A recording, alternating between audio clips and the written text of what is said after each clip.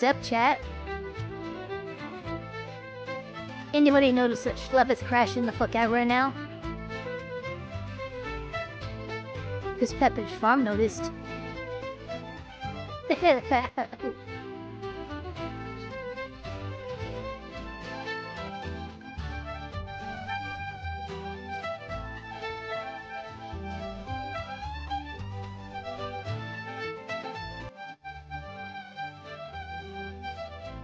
Schlep. Who was that, that predator hunter, content creator who, mostly, revolved around Roblox, and then Roblox banned him? Yeah, no, dude, I didn't know he was that much of an anti until, like, just now. Dude, yeah, no, for real, Magma. He's rapidly falling.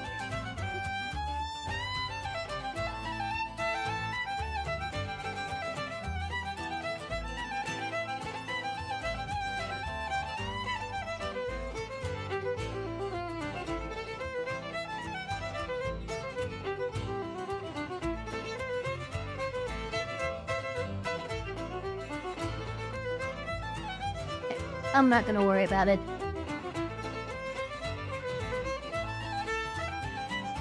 Are you working for Pepperidge Farm now, Eva? No, I'm not working for Pepperidge. God damn it, Francis. And Vegihan. Spreading misinformation. This is on pace with Earth updates. It's damn near. And I remember, I still have the edit of the Coping and Seeding song. But it was, like my old PNG tuber model, and then the Earth updates, Avatar. What about the sheer amount of people in VTubers, Italian, Polish, and other ways that admitted to stealing the cat truck? Some of us actually have a microfraction of a life and have no idea the cringies are. It's, that's fair, Sabertaw. I only know who Sleth is because I covered him in a reaction video a number of months ago. All right, settle down, everybody. Your Honor, look at my client. Now close your eyes and imagine that my client is not a woman but a man, and black, and named Barack Obama. Your Honor. And imagine that this arresting officer is a dog, Your Honor. Well, Your Honor, this dog bit my client. Oh, Mr. Worst. Your Honor, I'm only trying my best. Like, I feel like she's my younger sister. I'm like, what did you do? Guys, look! What did you do? I'm in an anime! What did you do? Whenever. So yeah, I'm probably gonna end early here because I'm also feeling a little bit sick at the moment. For those who have not been a little sick. Oh no, she's literally talking about how she's sick. She's talking about how sick she is. Keep your mouth open. I'm almost done. Whenever, call you Wuggy. God, man. Wait, I still locked her? Oh no! Wait, she's gonna ban me! Just ban me, just do it, just ban me, don't even talk! Just ban me! Just ban me, just ban me, just ban me, just stop letting me suffer! She ended stream!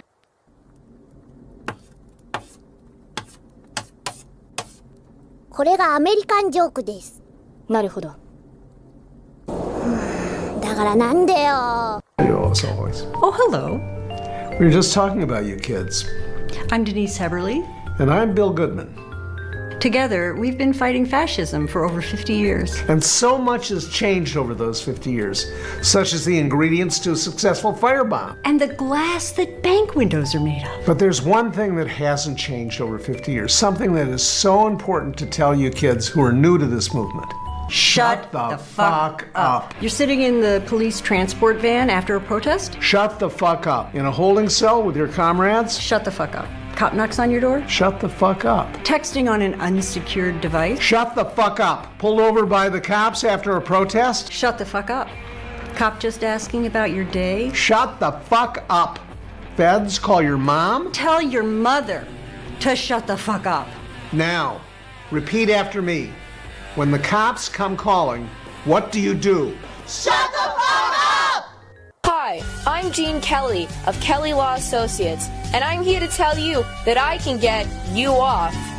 I can legally get shit. Car accidents, tax evasion, minor genocide, it's all the same to me. Some might look at a man and see a husband who brutally murdered his wife and then kept her body in the trunk of his car for 3 weeks. But I see a man who just didn't know how to play tennis right and accidentally hit his wife with a tennis racket 36 times, and to keep her body warm, put her in the back of his Camry. Public masturbation? More like government exacerbation. I graduated top of my class at the University of Phoenix.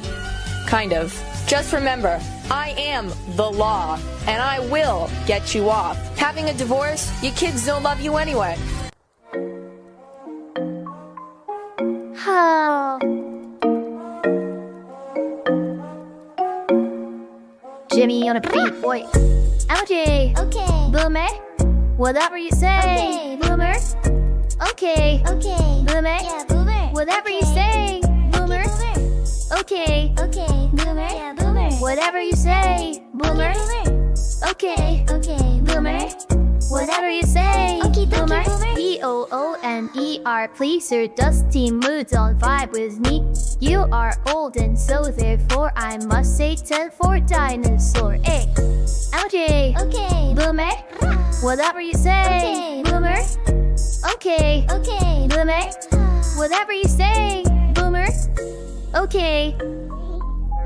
Whatever you say. Boomer. Okay, Boomer. Okay.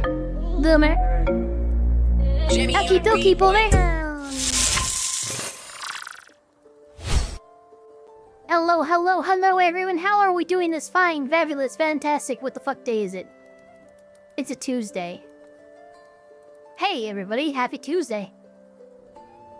And let us say hi to all the people who have been chatting while we wait.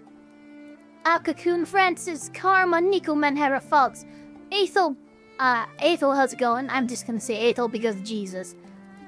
All the other words are confusing to me. Golden Gnome, Isaac 13D.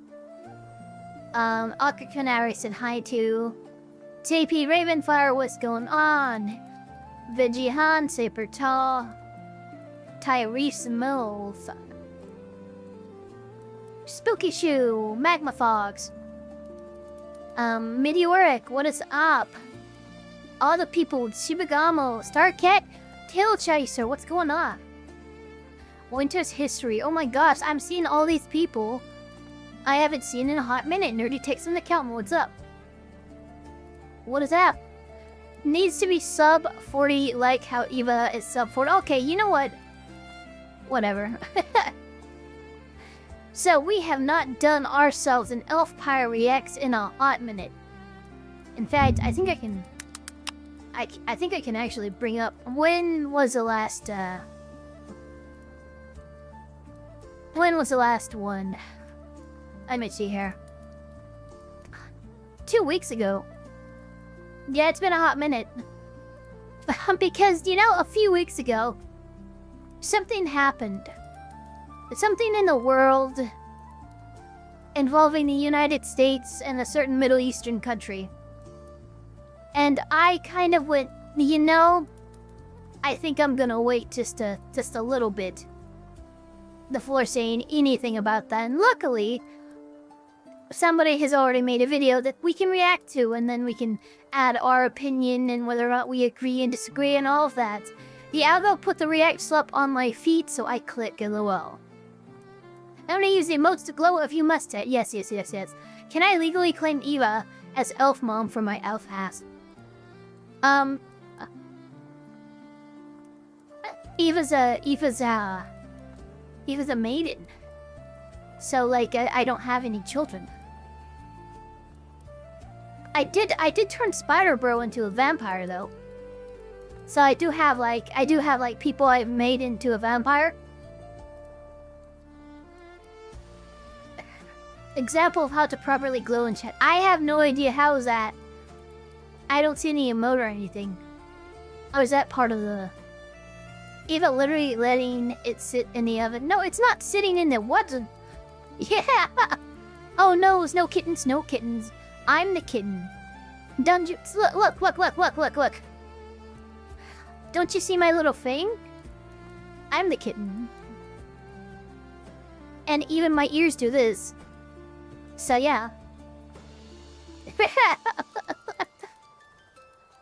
Alright, so. Clip that. No, don't clip that. Oh, Jesus, wait up. Okay, well, you know, we're just gonna go back over here. Glow emote would probably be the powder mode. Yeah, the powder mode is probably... Deathly Goat, how's it going? Yeah, I would say the powdering emote would probably be a good glow emote for us. She's really clip farming us right now, huh? I'm not clipping nobody. I don't know. I mean, farming, whatever. You're still a Goomba to me. Okay, Robert Norwood. We might be related. You aren't orange enough, though. I know, but I am ginger. It's the closest Magma, but not all are her members. I'm not sure what that meant. Oh, I get it. I don't think I can even become a vampire. I tried to look that up, but I can't find anything concrete on that.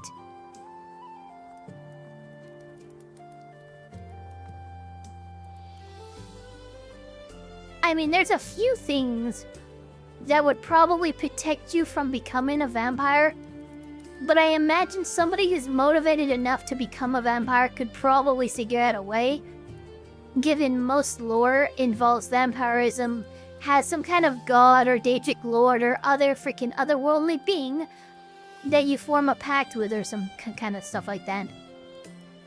Anywho's, we do have many things to be reacting to today, chat. Oh, wow.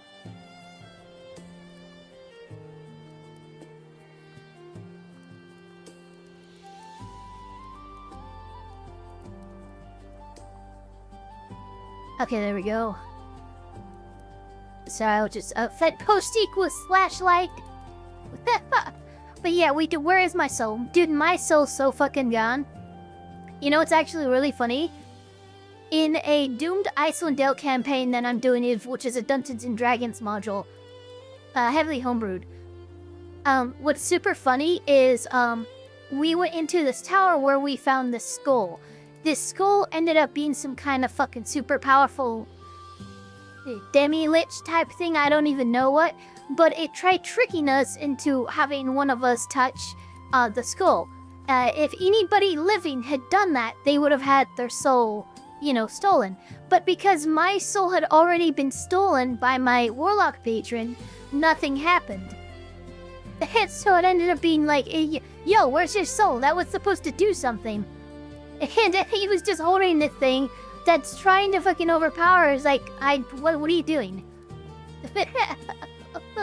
It's the garlic flower, not the edible bulb. I only think become a vampire by getting bitten by Eva. Okay, your soul should be on the bottom side of your shoes. Okay. Anywho's, chat.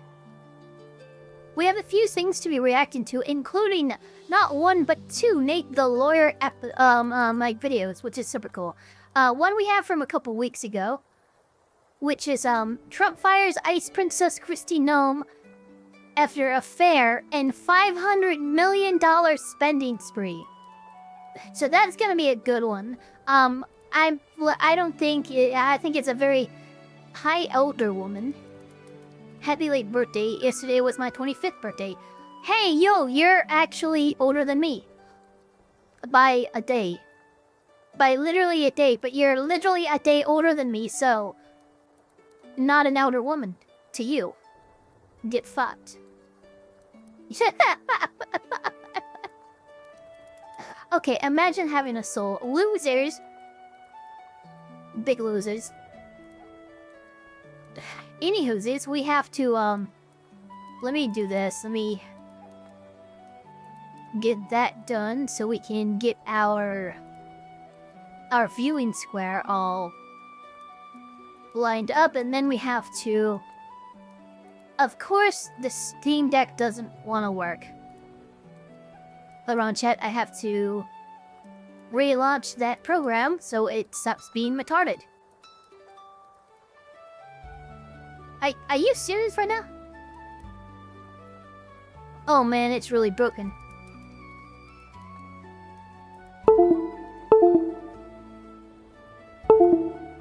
come on, you little... There we go. Okay.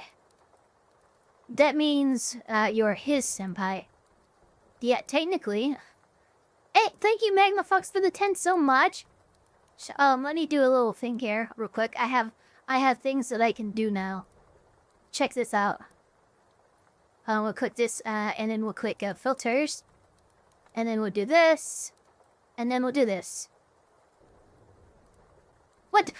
Wait a minute. Yes, yes, yes, yes. Yes. I forgot I had it a little wonky because I've been doing recordings for my newest episode in the series Getting Things Straight. For those who don't know, my first video was Getting Things Straight Bungo Taya. And my next video that I'm working on, that's going to be quite lengthy, and it's actually going to be 2 parts. It's called Getting Things Straight, Balfa VT. It involves one of the co-hosts of the original Black VTuber Awards, and how, basically he got bullied off the internet over fucking little to nothing. Anywhoosies, let's get to this NateTheLawyer episode. Not episode, but video, where, looks like Kristi Noem is, no longer going to be, you know, bothering DHS with her bullshit. No, bothering LM. I say yes, absolutely, all the time. But for the freedom only America provides, I'm Kristi Noem. What the fuck? I'm sorry, what? What?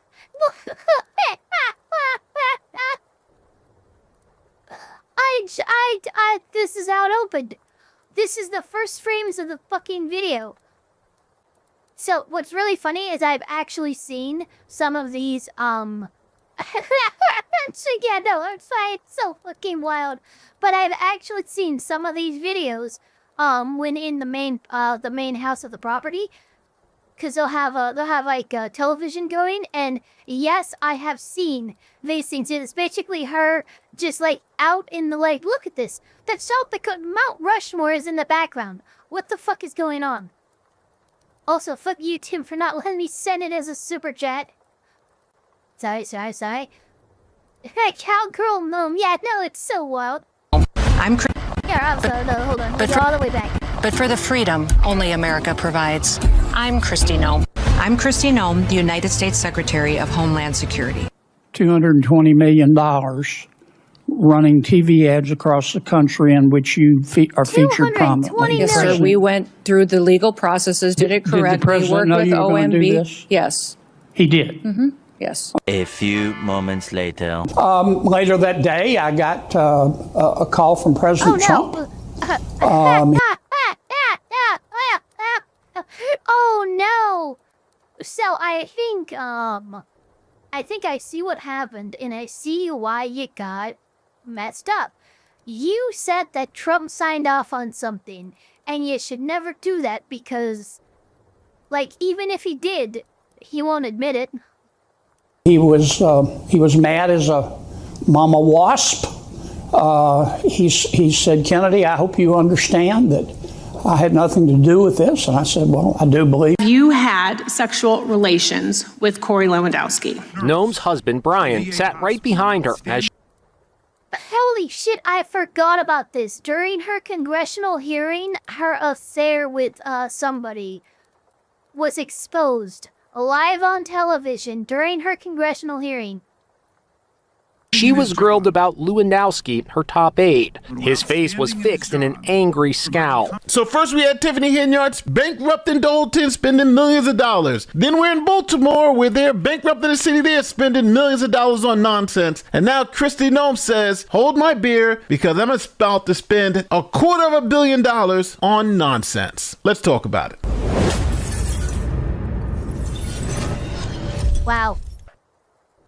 Here's a quick message from our sponsor, Rumble Wallet. You may have seen the conversations happening online lately. Censorship is back and it's happening everywhere. Platforms are controlling narratives and pushing the stuff they want you to see. Now, Rumble is one of those companies that has stood the test of time and deserves our support. Now, on one side, Rumble is the company that's challenging big tech censorship. But on the other side, they've introduced something that will give us the protection from the big banks shutting us off. So that's why they launched Rumble Wallet. This is a wallet that no one can cancel, a wallet that supporters can use to instantly tip creators like myself without a middleman trying to take a cut. Now, with Rumble Wallet, you control your money. Not a bank, not a government, not a tech company, not even Rumble can touch it. It's yours, only yours to protect your future and family. Now, you can buy and save digital assets like Bitcoin or Tether Gold all in one place. Tether Gold, for instance, is real gold on a blockchain with ownership of physical gold bars. It's not only a wallet to buy and save, but it also allows you to support your favorite creators by easily tipping them with a click of a button. Now, there are no fees when you tip my channel or others, and we receive the tips instantly, unlike other platforms where you have to wait for a payout. Now, you can support my show or others by clicking the tip button on my Rumble channel. It's wallet.rumble.com. Now, you can download Rumble Wallet today, open an account, and step away from the big banks for good.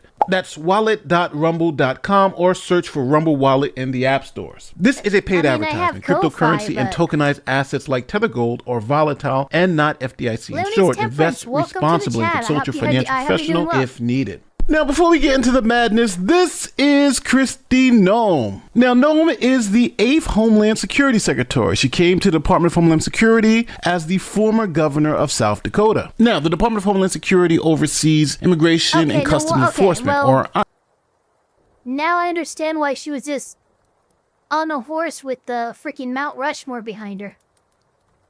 Have money you don't need? You can trust Eva to spend it wisely. Keep your excess monetary funds to Eva today and keep your money out of a big bank for good. Oh my god. Been doing well, and you? I've been doing quite well. Rumble Wallet times the service contract review stream win. I guess I could look at that.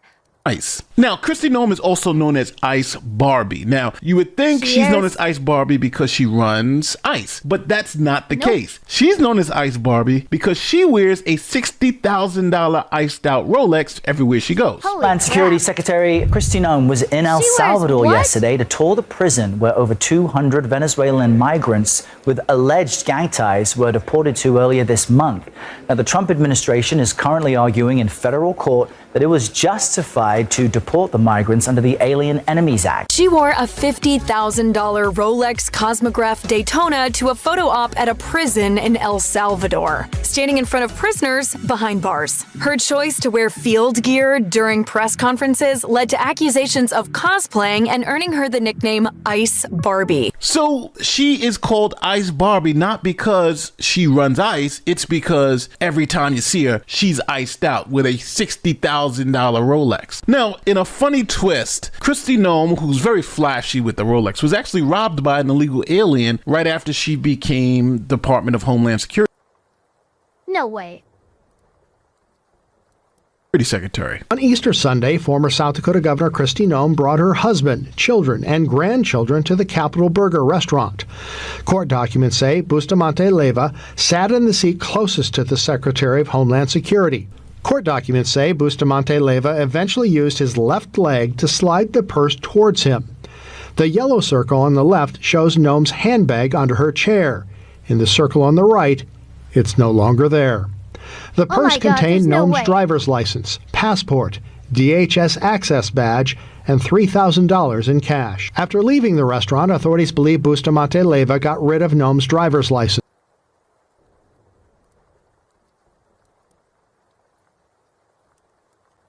$3,000 in cash, really? And then took a bus to an Italian restaurant. Court documents say he sat at the bar for hours with Noem's purse and wallet beside him. Investigators believe he used Noem's American Express card circled in yellow to buy food and alcohol totaling $205.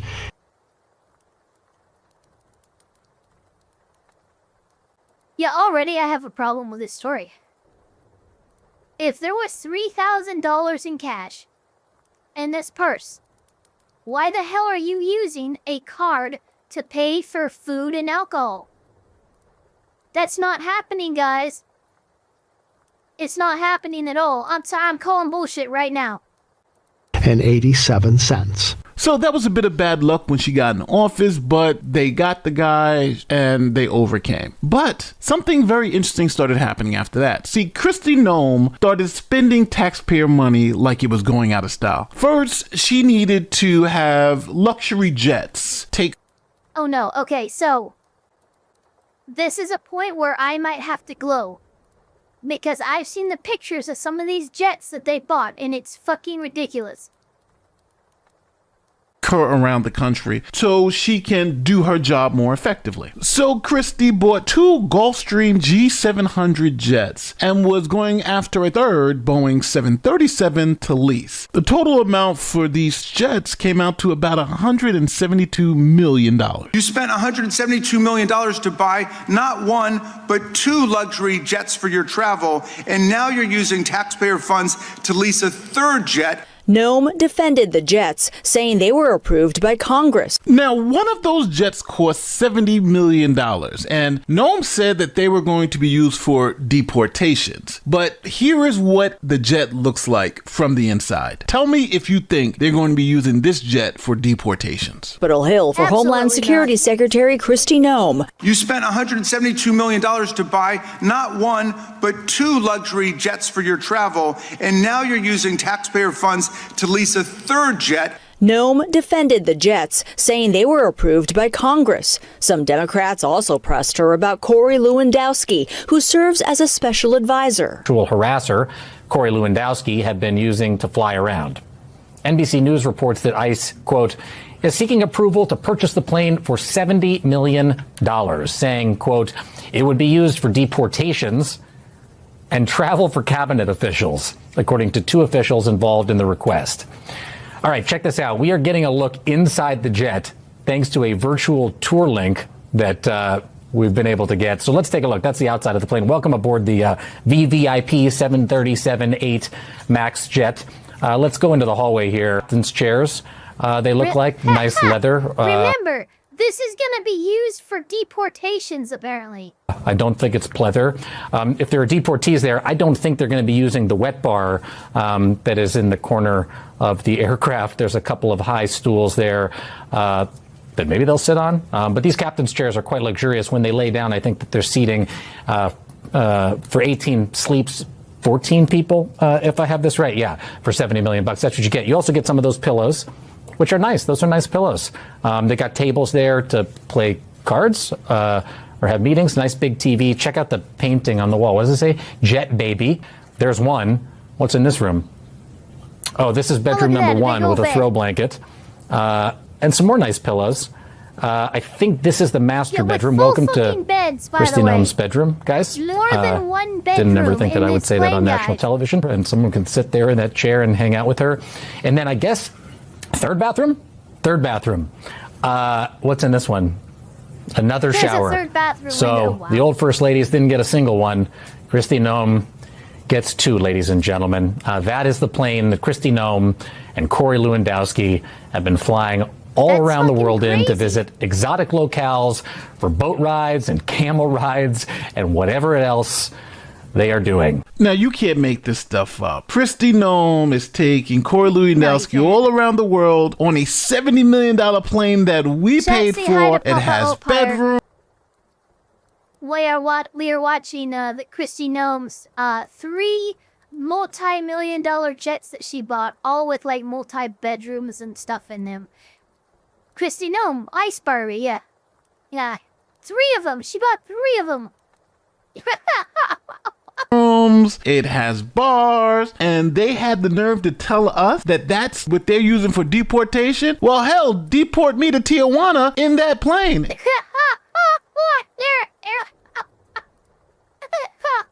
it's for real though. Fucking look, if you're using us for deportations, I will deportate myself, like, come on. Oh, and man. then bring me back. That is luxury flying. We know what it is. But if that was the only thing, Kristi Noem would be okay. But she has a bigger problem. Kristi Noem spent $220 million on an ad campaign because she can spend your money however she wanted. Now, I have the 2 videos. They're both about a minute each, and we're going to... These are great, by the way. I think I've seen both of these. I don't know if it includes the Christmas one that she did. She literally did a Christmas one where it was like, I'm Kristi Noem, and like the best thing you could give this holiday season is a chance, like it's the stupidest fucking thing. But there was like 2 main ones, and then there was even a Christmas one. To watch what $220 million of our money bought. I'm Kristi Noem, the United States Secretary of Homeland Security. Thank you, President Donald J. Trump, for securing our border and putting America first. Let me deliver a message from President Trump to the world. If you are considering entering America illegally, don't even think about it. Let me be clear. If you come to our country and you break our laws, we will hunt you down. Criminals are not welcome in the United States. For too long, weak leadership has left our borders wide open, flooding our communities with drugs, human trafficking, and violent criminals. Well, those days are over. Under President Trump, we are defending American families and restoring their safety. If you try to enter illegally, you will be caught, you will be removed, and you will never return. Follow the law, and you'll find opportunity. If you break it, you'll find consequences. Strong borders mean a stronger America. President This is the most propaganda bullshit I've ever seen, by the way. Trump is making America safe again. She was fired. She was fired. She was absolutely fired. Here's the one. Here's the one that I remember. Here we go with her on a fucking horse. You guys have to see this. I'm gonna lock in. I'm gonna be quiet. But you have to fucking see this. It's ridiculous. President Trump is making America safe again. Why do I love these wide open spaces? They remind me of why our forefathers came here. Not just for its beauty, but for the freedom only America provides. I'm Kristi Noem. From the cowboys who tamed the West, to the titans who built our cities, to the dreamers who chased the impossible, America has always rewarded vision and grit. Our greatness calls people to us for a chance to prosper, to live how they choose, to become part of something special. Anyone who searches for freedom can always find a home here, but that freedom's a precious thing, and we defend it vigorously. You cross the border illegally, we'll find you. Break our laws, we'll punish you. Harm American citizens, there will be consequences. But if you come here the right way, your American dream can be as big as these endless skies. From President Trump and me, welcome home. I love the whole sponsored by the United States Department of Homeland Security. Damn right it is. We paid $200 million for these ads. Yeah, so now, okay. $200 million for those. Everybody enjoying those healthcare cuts they did where there was with those cuts to your healthcare and your health insurance and subsidies that they got rid of. Was that worth it, spending this kind of money on this kind of bullshit? we need to put that $220 million in a little bit of context. Here are some major Mark of reality, how's it going? Well, thank you for the 10. My favorite video of Kristi Noem was when she went to the prison in El Salvador wearing tight black pants. Some of the guys in the cell looked pretty weren't waiting for the camera to leave. Are you serious right now? Wait a minute. We had to bring that up. I'm sorry, we had to bring that up. I gotta see that. You actually serious? Okay, Kristi Noem, El Salvador ad? Was it an ad in El Salvador? Oh, I think I found it.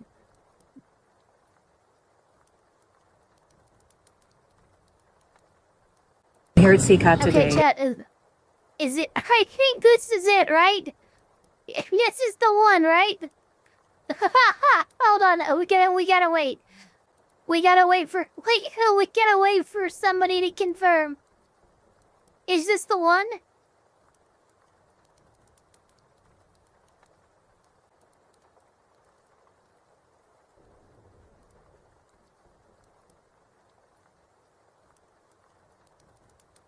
No, she was touring the prison. No.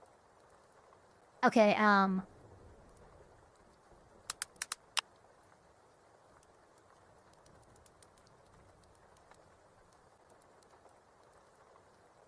Is this the one?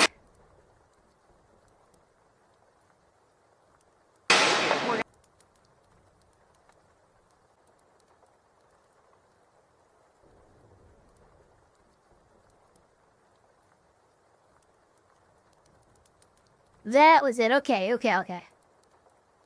Let's see here. Oh, here's a good angle.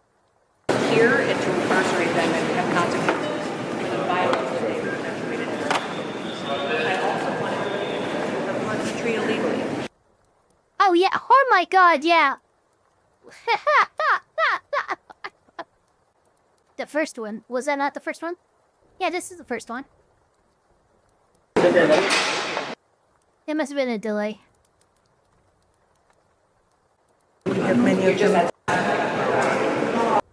It's bright.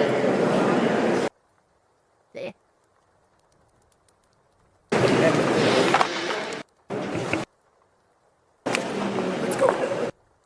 You will be removed and you... There it is. Chat delay is killer. I know. But there it is. She's in tight black pants. And look at them all back there. Yeah, no, I guarantee you some of them probably aren't waiting.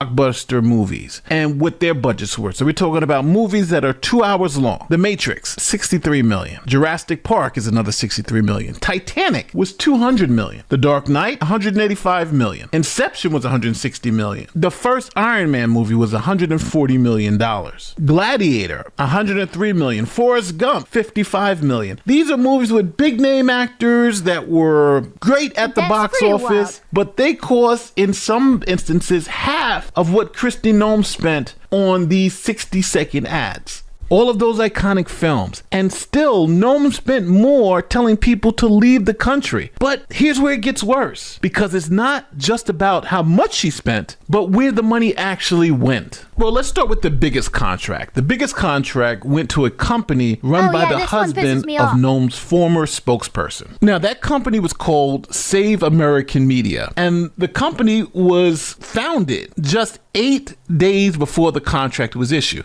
The company had no website, no headquarters. It was a registered address for political operatives. Secretary, I'll read from the notice from your agency. Given the immediate action to significantly reduce illegal immigration and border crossings, DHS identified 4 companies. 4 of the hundreds of thousands of companies in the United States, you identified 4. One of those is this Safe America Media company. Where is Safe America Media headquartered? I don't know. I don't know either, Madam Secretary. We can't find We can't find a website. We did find an address that's registered for this company. Do you know where that address is? Is there a problem with this contract? I'll tell you about it. According to Madam law, Secretary, the address is registered to a political operative. Madam Secretary, the company, and then I'll give you an opportunity to respond. The company is registered to a political operative in Virginia. Do you know, just by way of example, whether this company that received $143 million in taxpayer dollars, has it ever done work for the government before? By the way, this company not only has never done work for the government before, it was created like a week before they got that contract.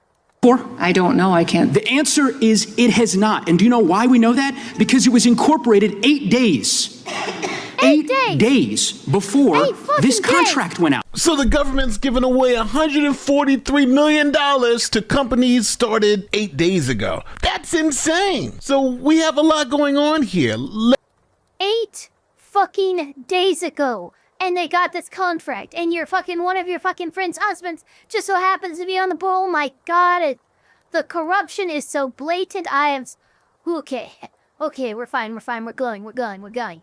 Let's recap. We got $173 million spent for airplanes so she can fly around the country. We also have $220 million spent on an ad campaign, more than most big budget Hollywood movies. And then on top of that, we have them giving $143 million of your taxpayer money to a company that was incorporated 8 days prior. And then on top of that, we have to touch on perjury in front of Congress. Now, it's illegal to go and lie under oath. We all know that to be the fact. Now, Kristi Noem is being accused of lying in one instance and misleading in another. Let's start with the lie. Okay, so here's the setup. Senator Kennedy from Louisiana is going to ask Kristi Noem about the $220 million she spent on this ad campaign. And he's specifically going to ask.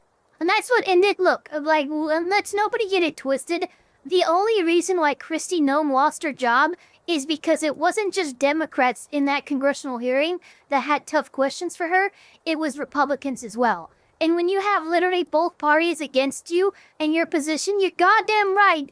Donald Trump's gonna fucking give you the boot. Even if it was in a change of position for fucking some Space Force shit or something. Like, Kristi Noem is basically a space ranger now or some shit. She's been effectively fired / demoted from her position. Ask if the president approved it. How do you square that concern for waste, which I share, with the fact that you have spent $220 million running television advertisements that feature you prominently?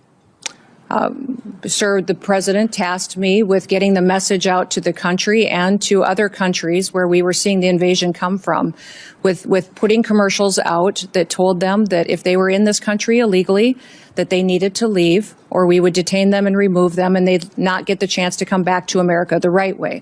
That has been extremely effective. Ask you to run these advertisements, is that right? We had that conversation, yes, before I was put in this position and sworn in and confirmed, and since then as well. And you're saying that you're testifying that President Trump... Now, I could be wrong. You know, I'm just a simple country lawyer, but I think she's perjuring herself. One in the chat if you think Kristi Noem is perjuring herself right now. Approved this ahead of time. Is that my understanding? We had conversations about making sure that we were telling people. No, ma'am. I'm asking you, sorry to interrupt, but the president approved ahead of time you spending $220 million running TV ads across the country in which you are featured prominently. Yes, sir. We went through the legal processes, did it correctly. Did the president know you were going to do this? Yes. He did? Mm-hmm. Yes. Okay. And one thing, Senator, I think would be helpful to know is how effective that communications has been.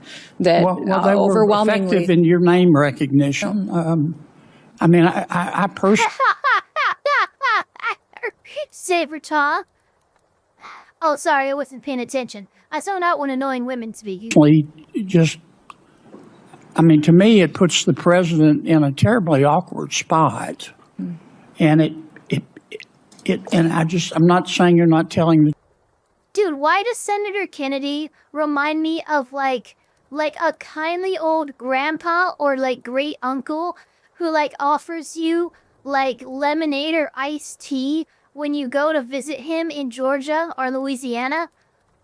And it's really hot and gotta go out on the porch and he's got the little freaking fan going. He's like, here, have some tea.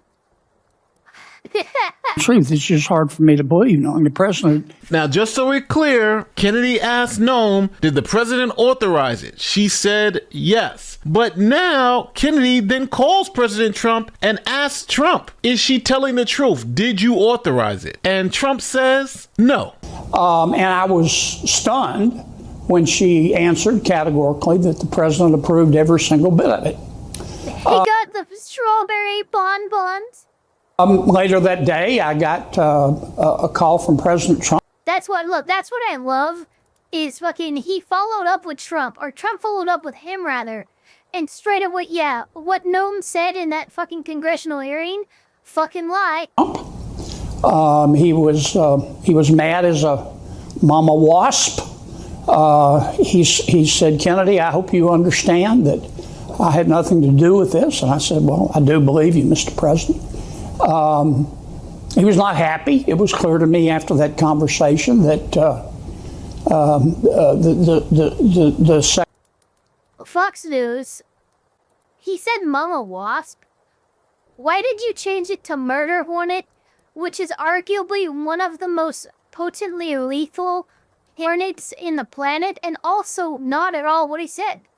Secretary's time at the department was limited. That to be blunt, she was dead as fried chicken, and we talked about a few names that he might consider. Pressed over whether the president approved it. Did the president know you were going to do this? Yes. He did. Yes. But last Well, there you go. There's the perjury right there, guys. night in a phone interview, President Trump telling me about the spending, quote, I wasn't thrilled with it. I spent less money than that to become president. I didn't know about it. So, who do you believe? Do you believe President Trump when he says he didn't know anything about it and didn't give her approval? Or do you believe her when she says she got approval for it? Now, that I think could qualify as an obvious lie. But now we have the misleading part we got to deal with. And when I say misleading, Kristi Noem is going to be asked a very direct question. Were you having sexual relations with Corey Lewandowski, one of her employees at DHS? So, Secretary Noem, at any time... See, that's kind of the messed up thing here, guys. Like, regardless of whether or not Trump actually approved or knew about the spending for this ad campaign, it doesn't really matter.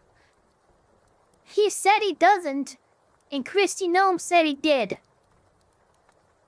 Given the fact that SCOTUS has made it impossible to even look at a sitting president for wrongdoing because he has full immunity for all civil and criminal prosecutions, it means that they have to, by default, welp, Kristi Noem, you lied, we got you for perjury. Whether or not it's the truth or not, doesn't matter. Trump said that he didn't do it. Kristi Noem said he did. And Trump's word beats Kristi Noem's in this instance. That's just what happens. You know, is it fair? It maybe not, but it's kind of just the reality here. During your tenure as Director of Department of Homeland Security, have you had sexual relations with Corey Lewandowski? All right, I'm pausing the video, and Holy fucking, oh my god. When you thought it couldn't get worse, chat. I'm going to ask you the question. The person watching this video, I'm going to ask you this particular question. Have you had sexual relations with Corey Lewandowski? My answer is no. No, right? Yeah, no, someone's gonna ask me, have I had sexual relations with Corey Lewandowski? I'm going to reply with no, I have not. Your answer is no, unless you're married or have a boyfriend named Corey Lewandowski. But it's an easy no, right? No, I have not had any relations with that person sexually. Let's see what Kristi Noem says. Mr. Chairman, I am shocked that we're going down and peddling tabloid garbage in this committee today. Reclaiming and ma'am, one thing that I would tell you is that he is a special government employee who works for the White House. There are thousands of them in the federal government. So reclaiming and my is an time, advisor Secretary, it is and has okay for you to be no offended authority. by... Yeah, this is not a good look. This is not a good response. To be making any decisions. It is okay for you to has be no offended authority by the to question. be making but it decisions is also and a putting real up a question. position. So what I would say and to you should be able to is answer that the what we do at the Department of Homeland Security every single and without day, any hesitation, every single day is to protect. Oh my god! Wow, you know what? I'm really impressed at people's ability to talk over somebody else, on the microphone. I know I have a little bit of an issue with it with my latency and stuff like that, but, if I notice I'm talking over somebody, I tend to stop. I tend to apologize. These guys can go for sentences, full sentences, both of them, saying different things, talking over each other with no, there's something in my brain that says, there's extra feedback, and, my brain just shorts out and I stop talking when somebody else is talking, usually. It's fucking crazy. Zero Gaming, how's it going? Ava, where's my special YouTube censored me channel? Oh, you know what? Here. You know what? Here. Just for you, right now. Are you ready? Create channel. YouTube. censored me. Text, okay, this is all good, create channel. And we'll put it right over here. And I'll put Narahime. Hey, Elf. There you go. If someone is asking if you or any federal official is sleeping with their subordinate, that should be the easiest. You should be wanting to answer that question. That wasn't a no. Yeah. That wasn't a no. That was a long, I don't want to answer this question. She started talking about everything. Matter of fact, in all those words she spoke, she never even said the word no. So it seems like Kristi Noem. It might be, Vegehan.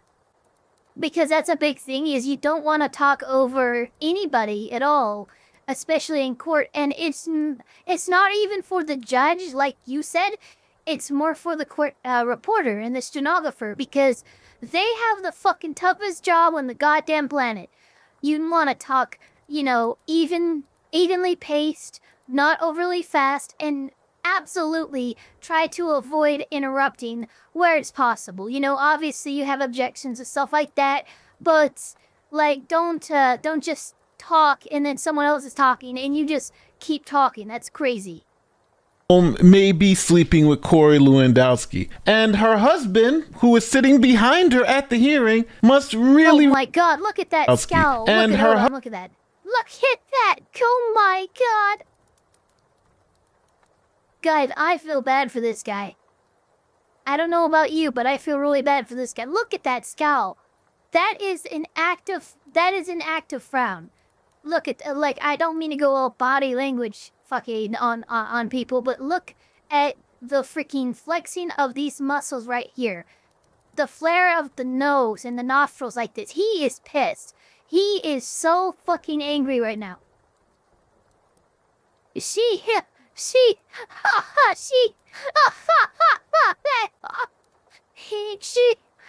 looks very uncomfortable that she's listening to these questions. Malice, Lord God, yeah, no, for real. Husband, who is sitting behind her at the hearing, must really have an issue with his wife not being able to say, no, I didn't sleep with Corey Lewandowski, because she's under oath.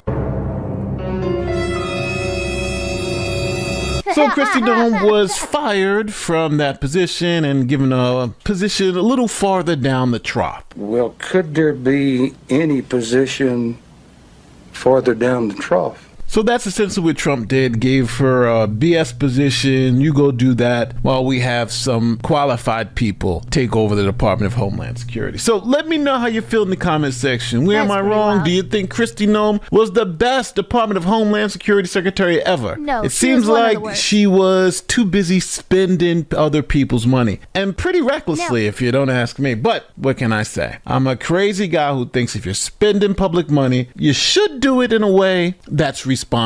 Don't forget to like, share, subscribe to all your YouTube stuff. My name is NateTheLawyer. I'm out. Peace. The Noems have been married. Oh no, wait, there's more.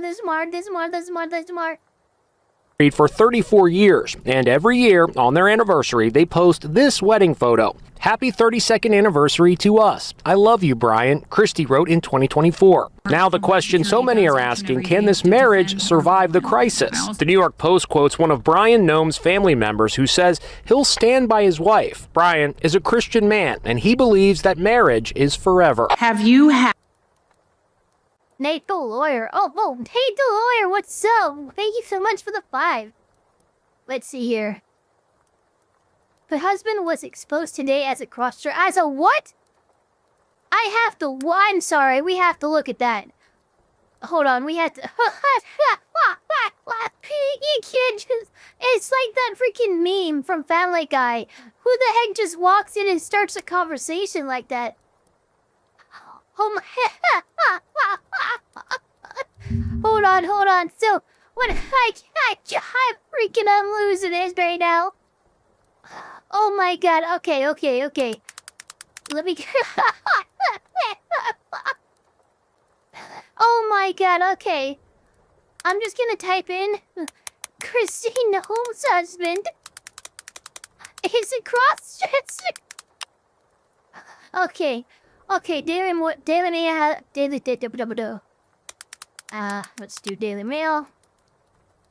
Oh, secret double 10 hours ago. Yep, hold on, chat. Thank you to, NateTheLawyer. Secret double live of Kristi Noem's cross-dressing husband, Brian. The pouting, busty bimbo photos, and trove of explicit image messages. No way. Holy crap. God, oh my god. No, I did sort of trial. Hold on. Ah, darn, I don't think I even have enough right now for that. Hold on.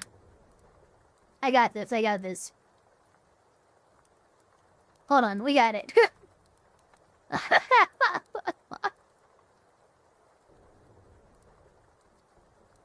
Try now for $0. Okay, we're gonna try to start a trial. Okay, let's just do try now for $0. Well, this reminds me of the pictures are on X. Okay. Here we go. I got it. What's going on here?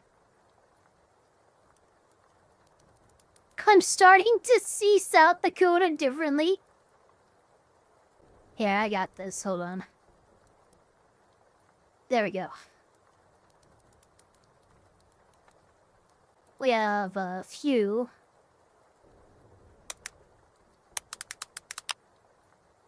Type it on that. Here we go. Oh, Kristi Noem speaks out after husband's... Oh, whoa. Yeah, okay. Yeah, I see, I see what you mean. There's at least one picture, okay, chat? We do have another NateTheLawyer picture.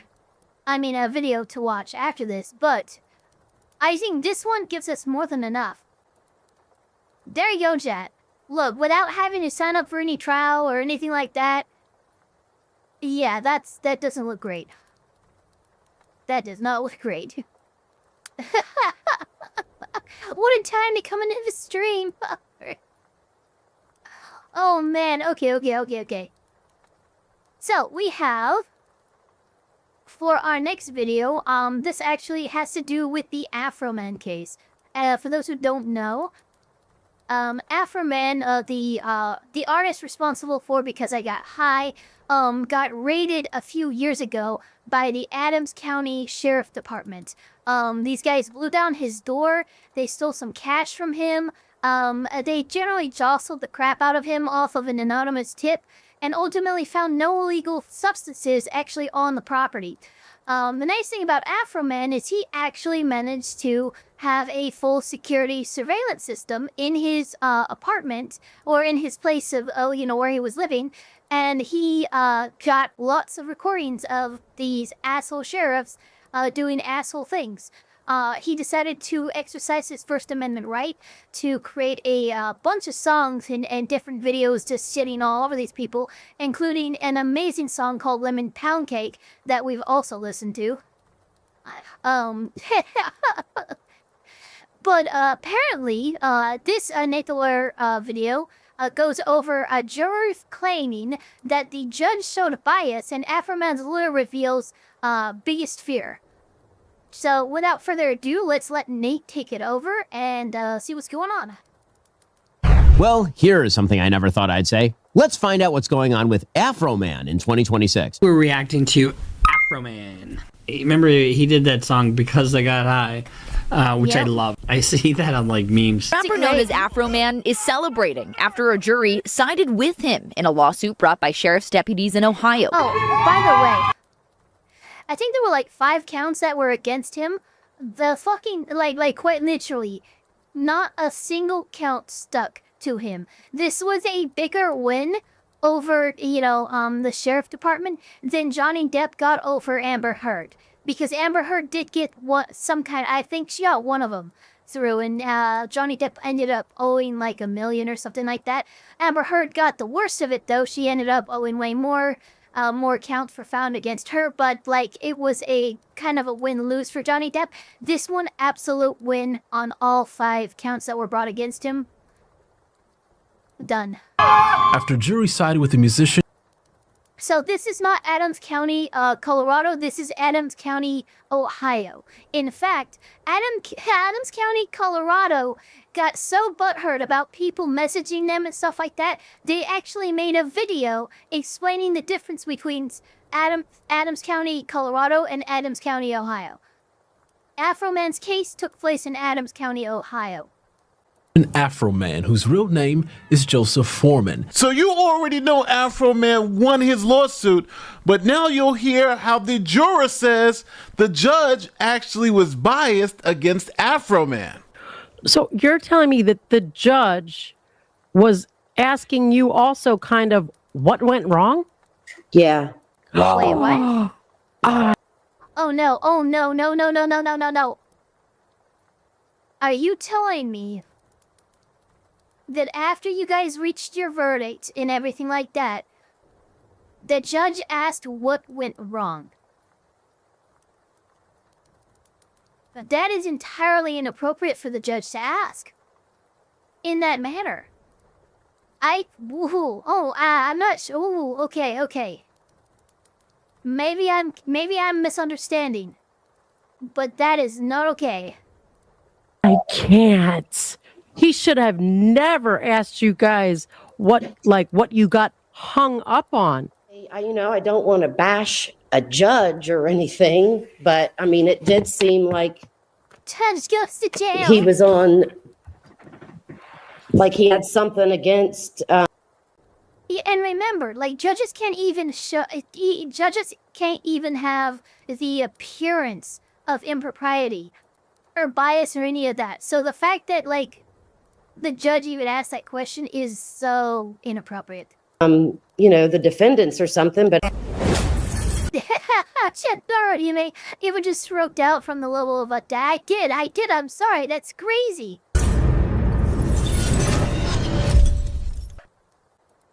You have seen conversations happening online lately. Censorship is back. It's happening everywhere. Platforms are controlling the narratives and pushing stuff they want you to see. We need to fight back. Now, if you don't remember, Rumble is the only company that stood the test of time against this type of censorship, and they deserve our support. On one side, Rumble is challenging big tech censorship. On the other side, they have introduced something that will give us protection from the big banks shutting us off. See, banks can cancel your credit cards or close your accounts. So that's why Would there be a way of asking without overstepping?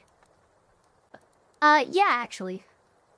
The judge would only need to frame the question in a neutral way. So, like I would say, like if I was interested in their thought process and what they might have gotten hung up on, I would simply ask, so, how'd you guys come to this decision, man? Or what were some of the biggest things that you weighed?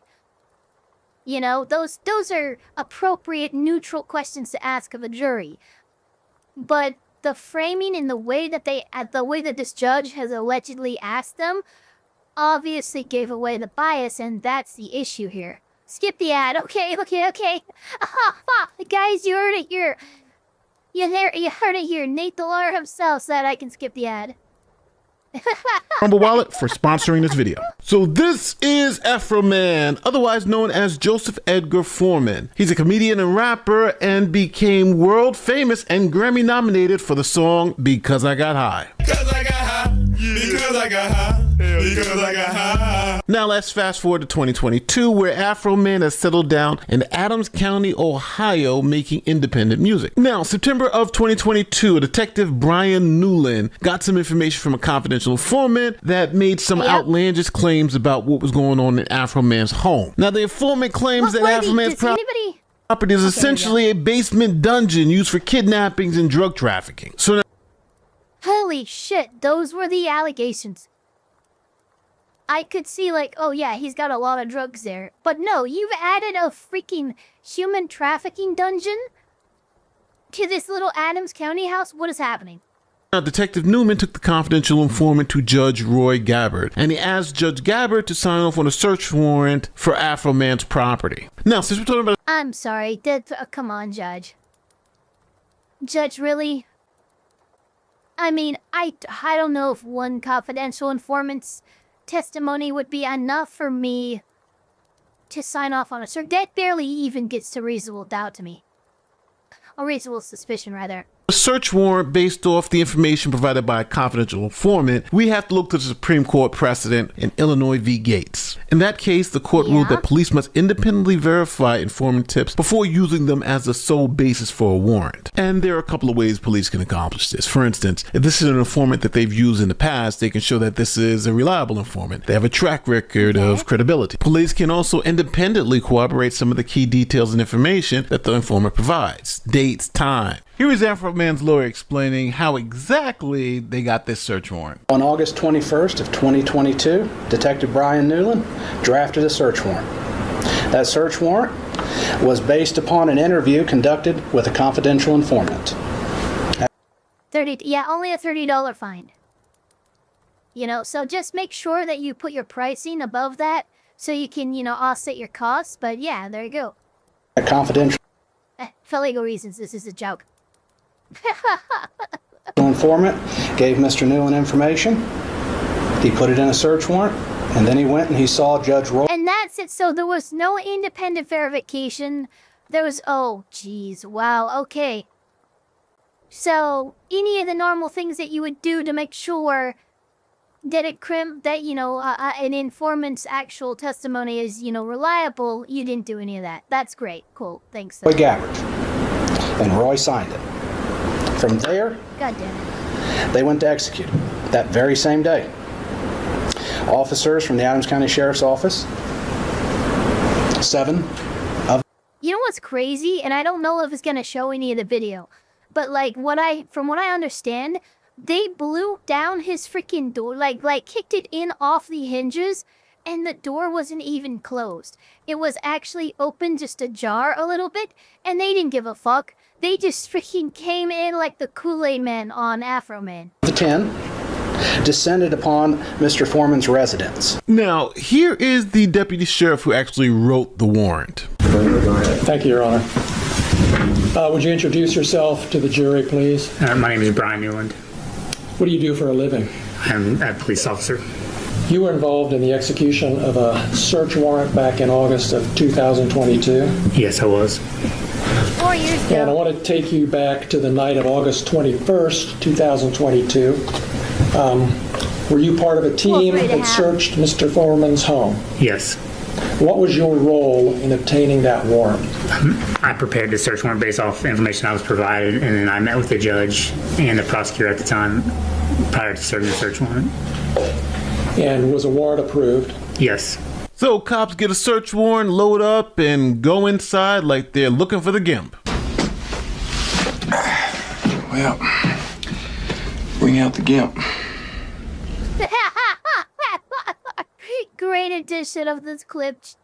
That's great, Nate. I think the GIMP's sleeping. Well, I guess you just have to go wake him up now, won't you? Oh, man. Oh, man.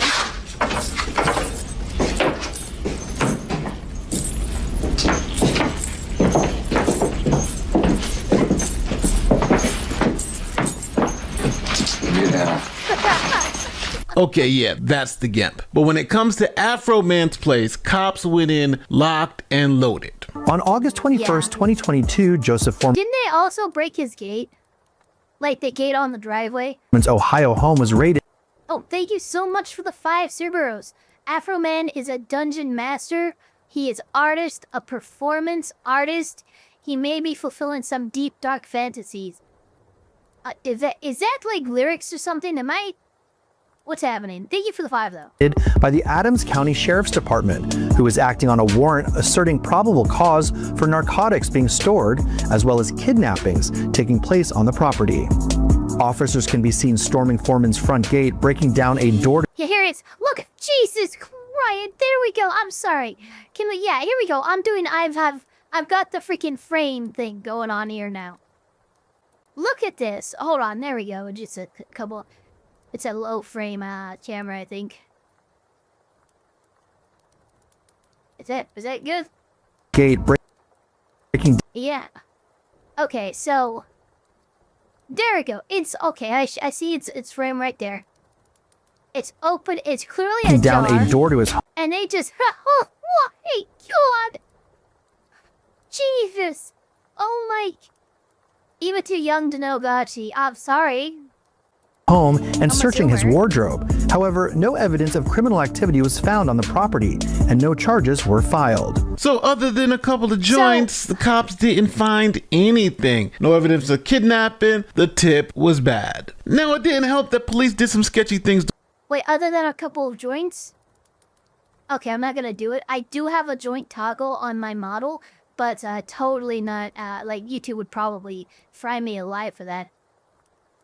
On a search warrant, like disconnecting Afroman security cameras. The sheriff disconnected my cameras. The sheriff disconnected my cameras. The sheriff should be locked up in slammers.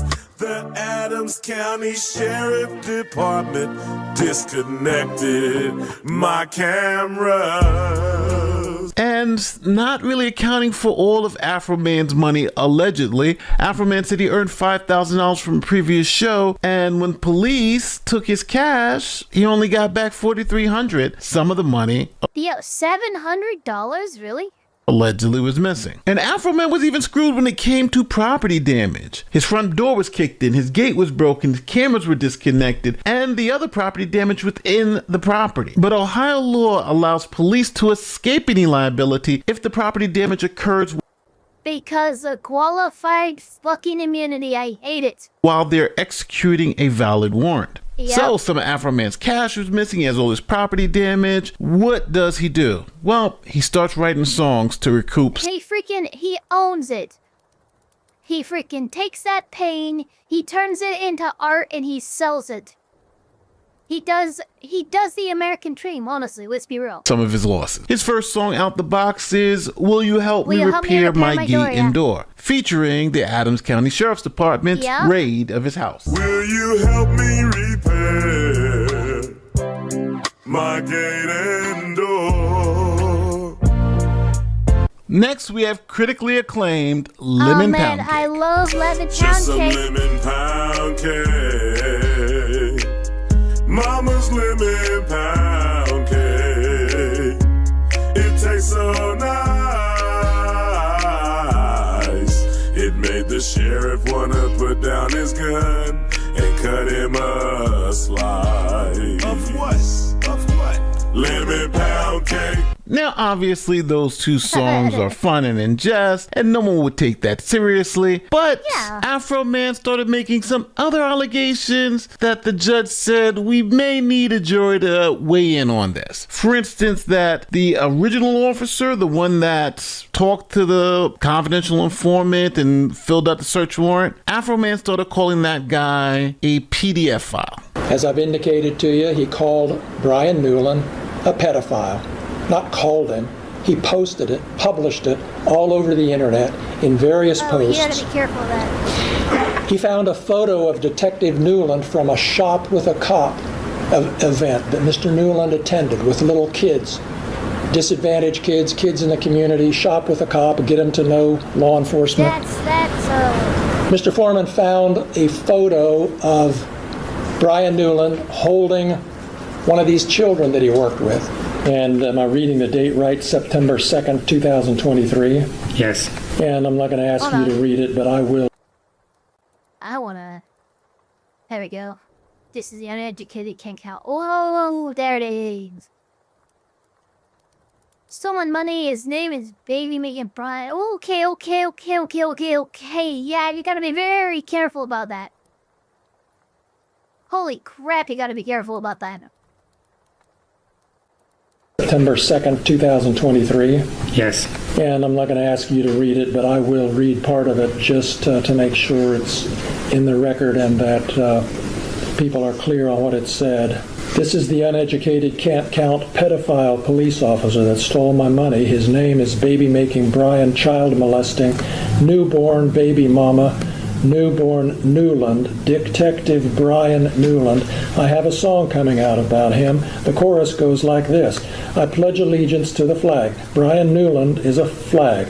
He used to play with little toys. Now he plays with little boys. Watch your little boys around Brian Newland. He's very bold.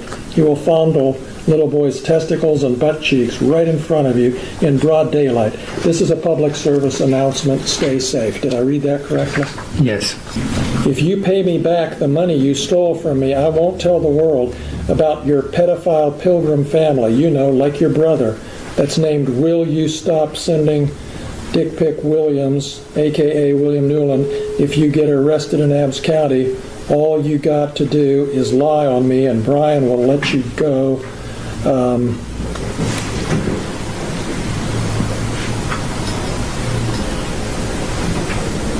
And is that a picture of your brother beside your picture? Yes. Oh shit, wait a minute. And was your brother Oh, wait a minute. Was his brother actually convicted of... Well, that's not good.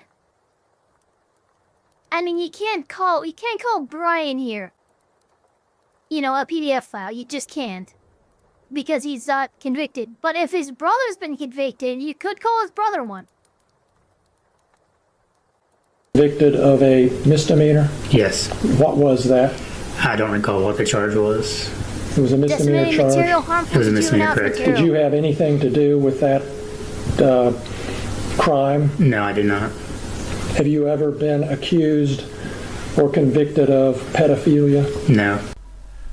Now, Afroman's attorney was fearful that this claim would force Afroman to have to pay the cops because he claimed this cop was a P-word, as he's going to say it. Listen to what he says. Into this particular trial, what was your biggest fear? Was it the defamation claims, the invasion of privacy claims, emotional distress angle? Which one did you think was going to be your biggest challenge?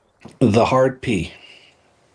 Yeah. That was the one where it's defamation per se. I mean, and it makes it hard. It's so funny. I'm say in some jurisdictions that can straight up get you a default, like a summary judgment, not a default judgment. Excuse me, a summary judgment. So like oh man, he's lucky this was in front of a jury, because the judge probably would have gotten him on that. That was the one that scared me. Yep. And so those I was not worried about as much, but the hard P I was, because it was very plainly towards him. It was very plainly going to shock you.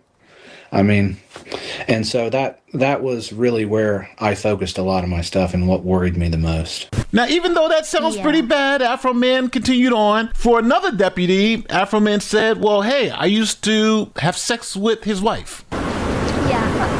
Mr. Foreman also targeted Deputy Randy Walters for special treatment. In several videos seen by thousands of people, Mr. Foreman declares, I used to fuck his wife. I used to fuck his wife doggy style. His daughter came home upset because the kids at school were saying, hey, is Afroman your father? We asked him to stop. He didn't. He's still published. There's new videos today coming out.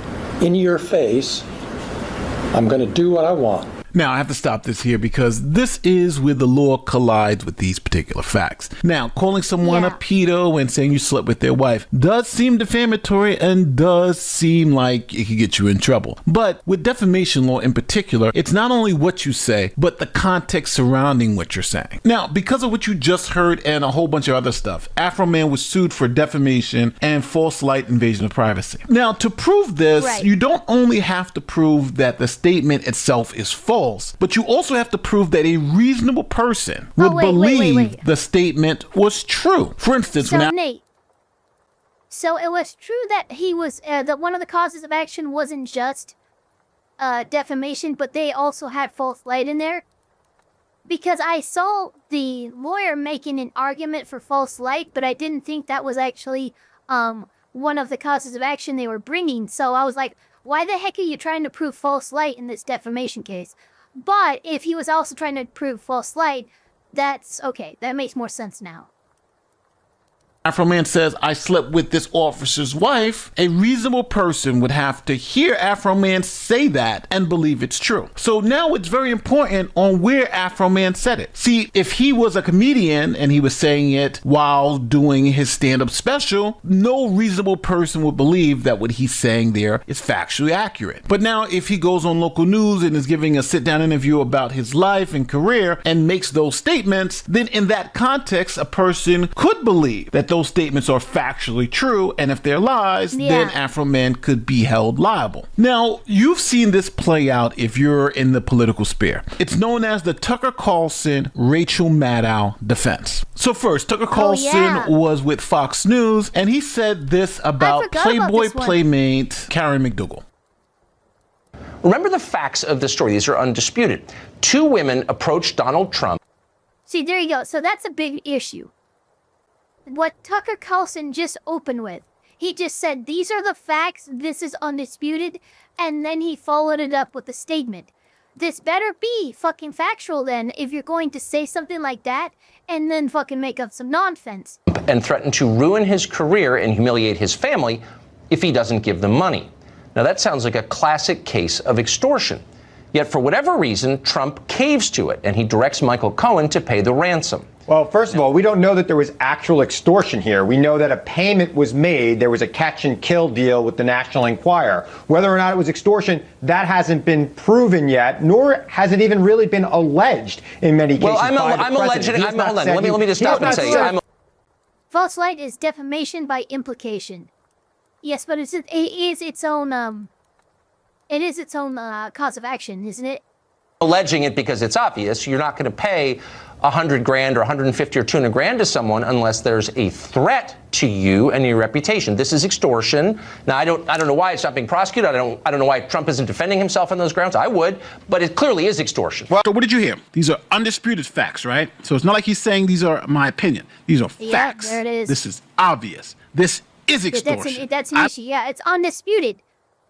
Yeah, these are not words that you want to use when you Jesus, Ren. I mean, come on. Don't know why she's not being prosecuted. So it's depends on the state. Okay, that's very clear what he's saying. Is there any ambiguity to it? Even a person that he brought on to argue with them said, well, hold on. They haven't proven anything yet. They're not even alleging that. He says, no, this is extortion. That seems pretty open and shut. He's saying this woman committed a crime, the crime of extortion. And even when he got pushback, he doubled down on it. No, that's exactly what I'm saying. So Miss McDougal sued and lost because the court said that no reasonable person would watch a Fox News opinion show. Remember, this is not a news show. This is an opinion show. And believe anything that Tucker Carlson says is fact. But it's his opinion on particular events. Here's the language of the court. A reasonable viewer would not understand Carlson to be saying that the plaintiff literally confronted Trump and sought to engage in a criminal act, as opposed to extorting money in the colloquial sense that we all know. Except he said, why is she being prosecuted? This is extortion. Now, I don't know why it's not being prosecuted. I don't know why Trump isn't defending himself on those grounds. I would, but it clearly is extortion. A reasonable person watching a talk show program whose mission is to challenge political correctness and media bias would not conclude that plaintiff had actually committed a crime of extortion based on the statements at issue here. This is extortion. Now, I don't know why it's not being prosecuted. I don't know why Trump isn't defending himself on those grounds. I would, but it clearly is extortion. Well, did you believe he was saying she actually committed a crime by the statements that he said? Are you being unreasonable? So the case was dismissed against Tucker Carlson because no reasonable person would believe that someone on an opinion news show would be mentioning facts. And now I think if we take that same principle and apply it to the Afroman case, then it's an obvious win because Afroman is not even on a news network. He is a satirical rapper who is known for just saying crazy things and making money from saying things that are obviously not true. So now this brings us to why I think Afroman ultimately won the case. It's because his music is essentially comedy, and they're trying to hold a comedian liable for jokes. Now, the woman who you see on screen is the ex-wife of one of the officers who is suing Afroman. And the officer's allegation is that their marriage was severely harmed by Afroman's music. Now, she's coming on the stand and denying that that was the reason why their marriage broke up. But then, as a school teacher, she hears a lot of these rap songs all the time. So they're going to ask her opinion about whether these songs are literally true or if no one actually believes them. Even the children that she teaches. You've worked with kids for how long? 30 years. You got into the mind of kids pretty well. Yes.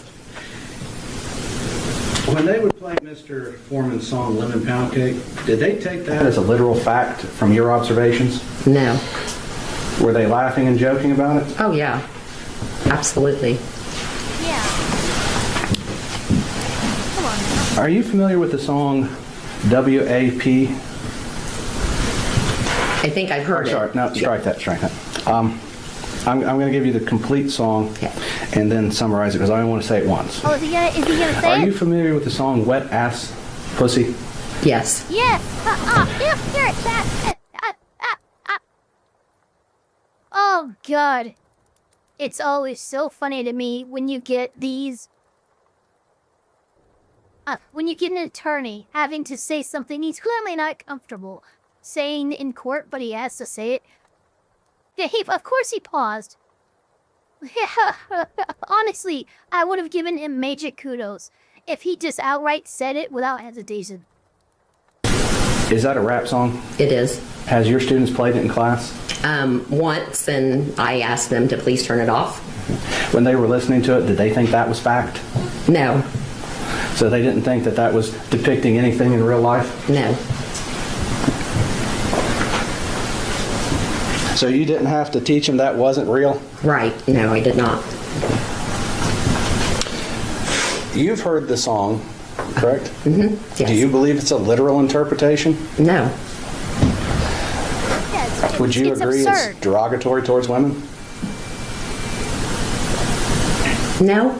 Even though it says nasty things about them? Yeah, no, I mean, it's the artist's opinion, I guess. That's the way I feel. Maybe not an opinion There you you like, go. but... Yeah. Now, a juror was actually interviewed, and the juror made the same claim that, hey, this was Afroman doing this type of performance. No one would actually take this seriously.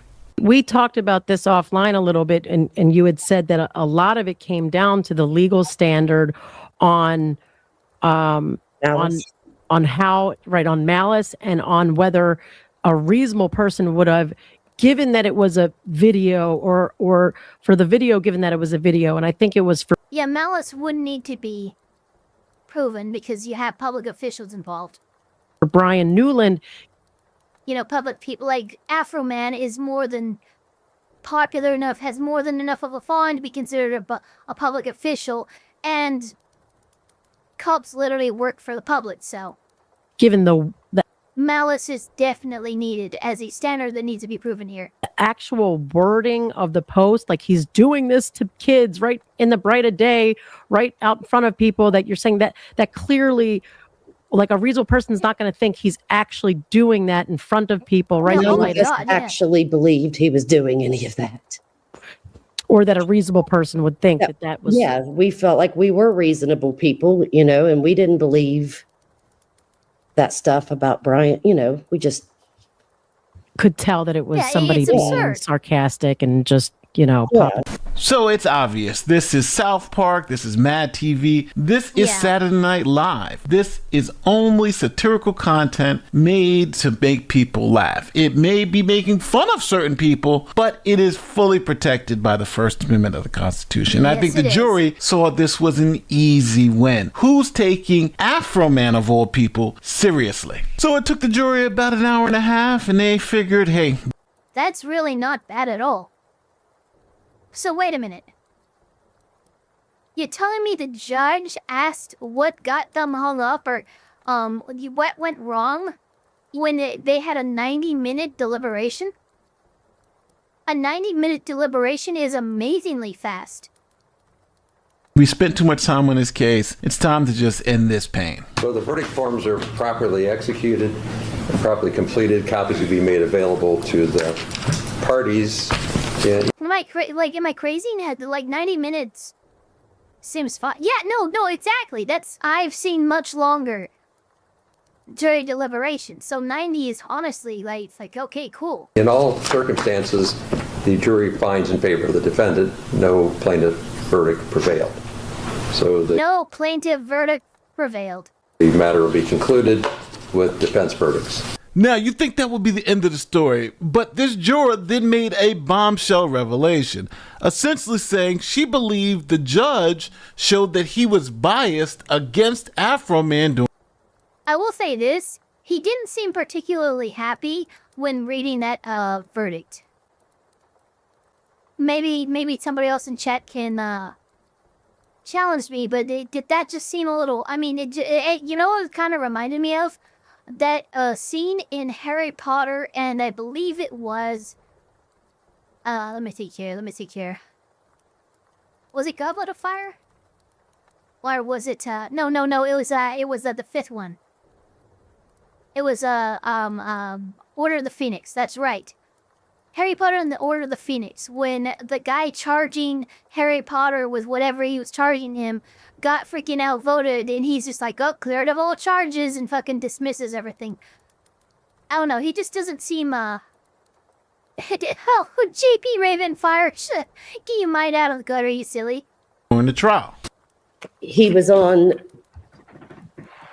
like, oh, I don't want to bash a judge or anything. I don't want to bash a judge or anything, but I mean, it did seem like he was on, like he had something against, the defendants or something, but I mean, it didn't factor into our decisions, I mean. Right, I understand it, that it wasn't part of your thought process. I mean, it is still significant that the jurors were able to pick up on an appearance of bias in the judge. That's not okay. That should never happen. Process with deliberations, but just the way you perceived it in general in the moment that it was happening. Yeah, well, it was one of those things where you could just feel it. It felt uncomfortable. We left off was, what did the judge say to them? That's what cut out. So once he said stuff to you, what did he say? He come back and told us thanks, and he wanted to know what we got so hung up on. And one of the jurors told him it was the actual malice, What we got so hung up on. During a 90-minute deliberation over 5 causes of action that the jury has to rule on. I'm sorry, but that's pretty goddamn fast. I'm gonna just check something real quick. Hold on.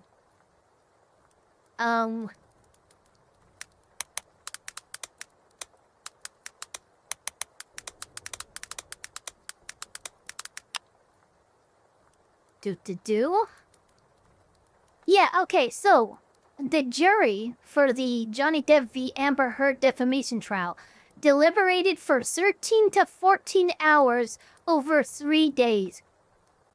That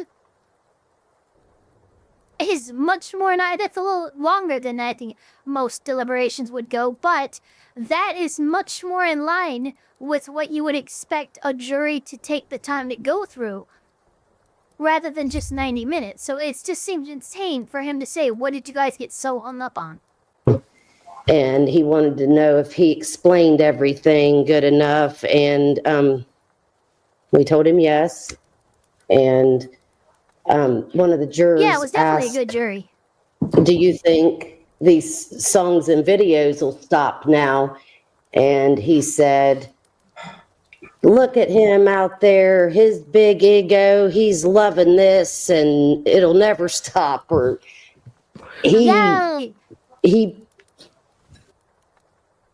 Damn, the judge was a little salty.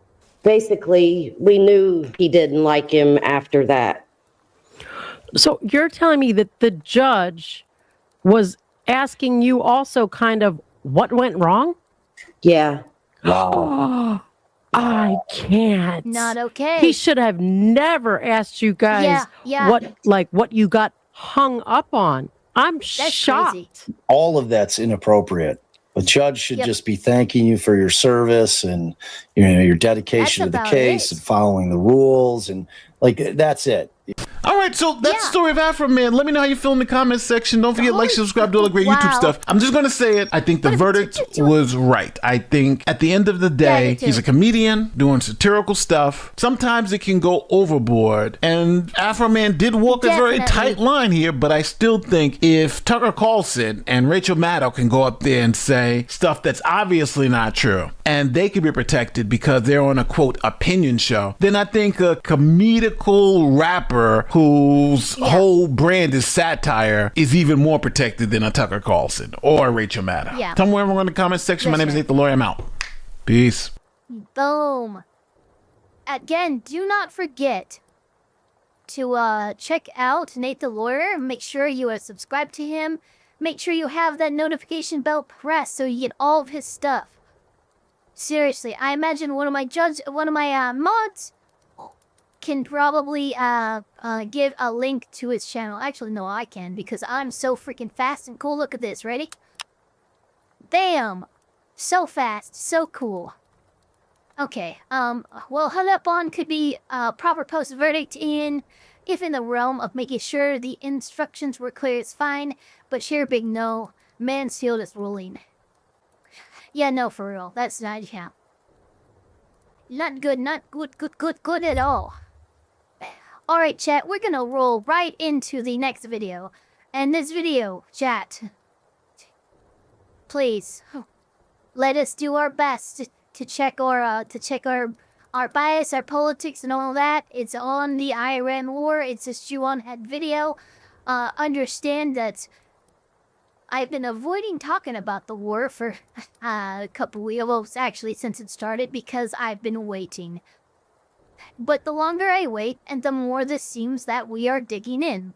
Despite the fact that we have somehow defeated Iran, we're sending thousands upon thousands, tens of thousands of troops to the area. We've deployed our third aircraft carrier, the George H.W. Bush, to the region as well now. That's a nuclear carrier, by the way.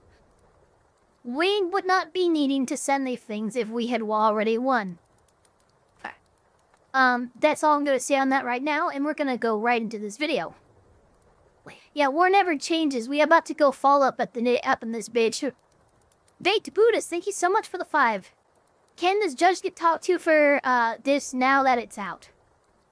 I don't know. It would really depend on a number of things. But I don't think any kind of review or anything like that could possibly come from that. You know, it was an anonymous juror making a statement. That was happy, so much confirmation. Make sure, was that actually a juror? Well, you know, was actually said? There's a lot of stuff that you would have to establish before you'd even begin to like, oh, judge, you know, you shouldn't be doing that kind of stuff. But in the nuclear, remember to use emotes if you need to glow. I have a video request. Marky Piscura? You say you have a video request. You can join my Discord, and in the Elfpire Reacts channel, there are different, that's where you can post the link. But you can tell me the name or title of the video, and I will bring it up in the background and see if we have time to fit it in. There's no promises there, though. Anyway, without further ado, let's start, the Iran war situation is crazy. So, what happened? Well, a few weeks ago, our government had a That's So Raven premonition. They had a vision, and they saw into the future. They saw that Iran was going to attack Israel, so we went ahead and attacked Iran. Now we're in some bullshit war. No, I am not joking. That's basically what happened. Despite the Pentagon saying there was no proof Iran was going to attack, it came to us in a dream. You can't say the name now? No, I said you can say the name. Is it not letting you? If it's not letting you, that's probably Automod. But I said you can say the name in the chat, and I will look it up. Or you can put a link in the Discord channel. I asked because U.S. carriers have been nuclear-powered for decades and is the standard. Yeah, I think one of the ones we sent, though, was one of the older... Like, one of the ones that we sent is, like, one of the older ones that is not nuclear-powered.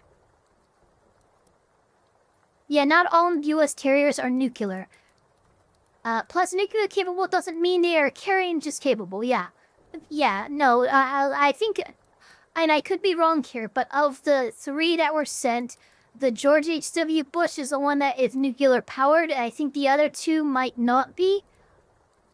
I might be wrong on that. Someone can fact-check me on that. But I don't think we just... You know, I think if we have a couple of the old ones in the area to, you know... the name of the video is Cooking with the Hashira by the channel Ash. Okay, I will look that up in the, on the side and let you know if we have time to watch that later or not.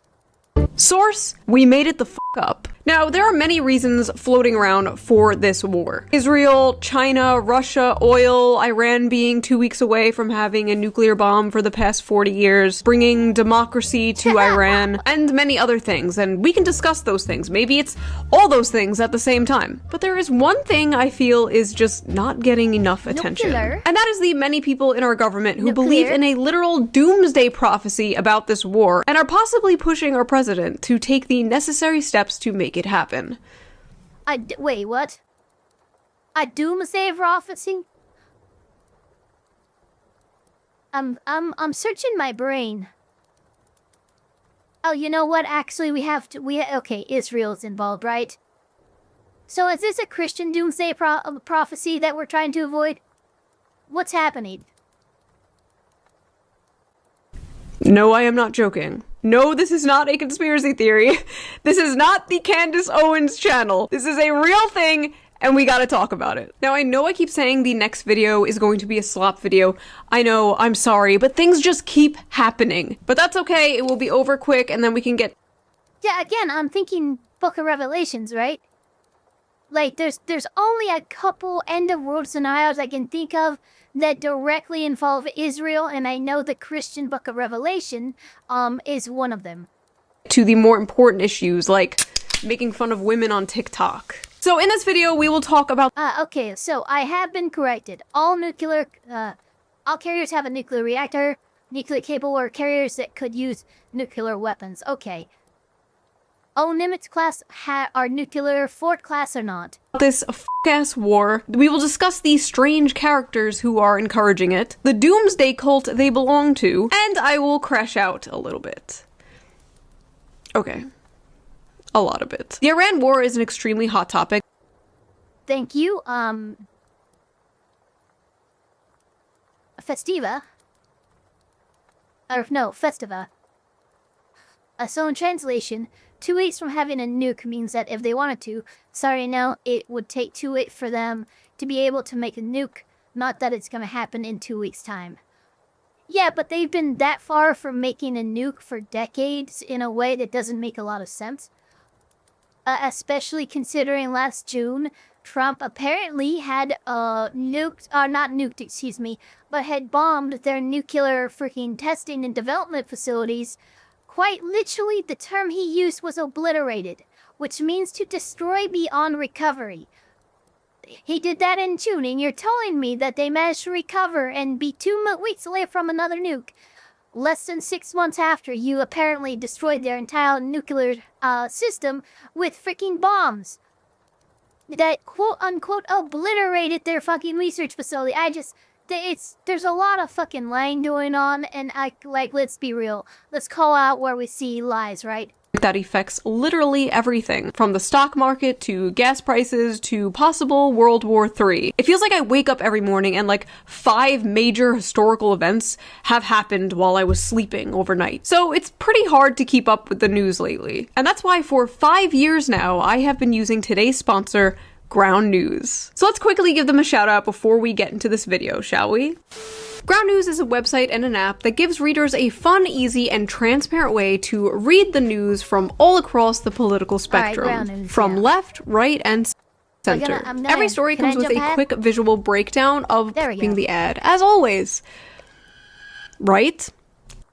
Okay, look, I did skip the ad. But to be fair, I've used Ground News, so like, yeah, I use Ground News and stuff. Don't hurt me. Look, I'm set, look. Don't hurt me. Okay? I did skip your ad, but like, it's fine, right?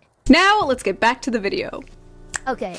Happy day 24 of the special 2-week military operation, everybody. We did it! Mission accomplished. I feel like every day I wake up and Trump is like, we won. And then something else blows up. And then again, he's like, we won. And then we're back at war, but it's not a war, but we won the war. Hey, maybe it will be over by the time this video uploads, because apparently Iran wants to talk to JD Vance. JD Vance is apparently the peacemaker here. Imagine the Iran war. Imagine possible World War III even. In the hands of a ShoeOnHead fan. We're all gonna die. Really? He follows you? That fucking crazy? Oh wow, the professor. Queen in 1911. Thank you so much for the 10.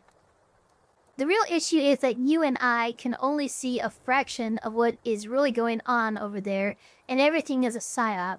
It will be decades before the truth will come out, if ever, honestly. I do recognize that, yeah, there's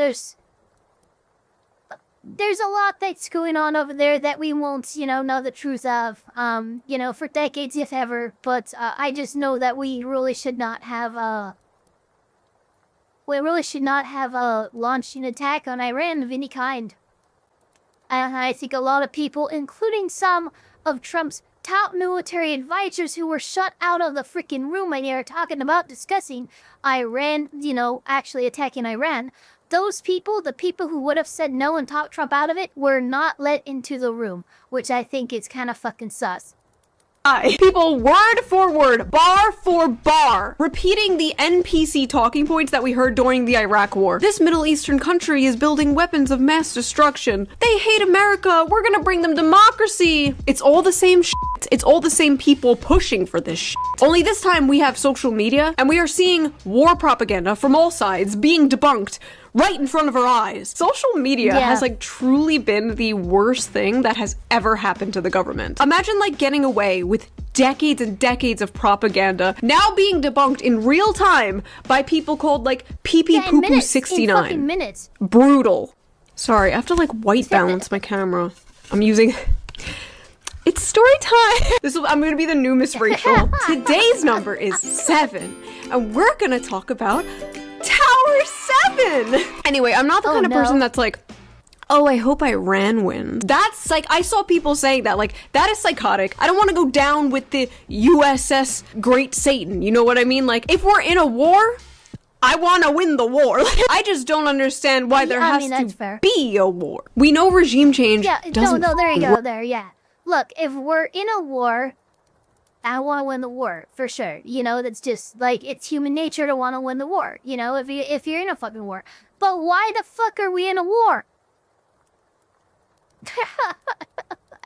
We've tried this already. It never f***ing works. We always make shit worse. We're not the world police. There are so many people all over the world suffering, but our priority as America is to take care of Americans. And the American people are suffering. And now we're asking for $200 billion for war? Yeah, that's fucking for $200 billion for a war we've already won, right? $200 billion. By the way, if that's what I think it means, because we're spending $1 billion a day on the war, 200 billion and asking for 200 billion means that at minimum, that's 200 fucking days at war.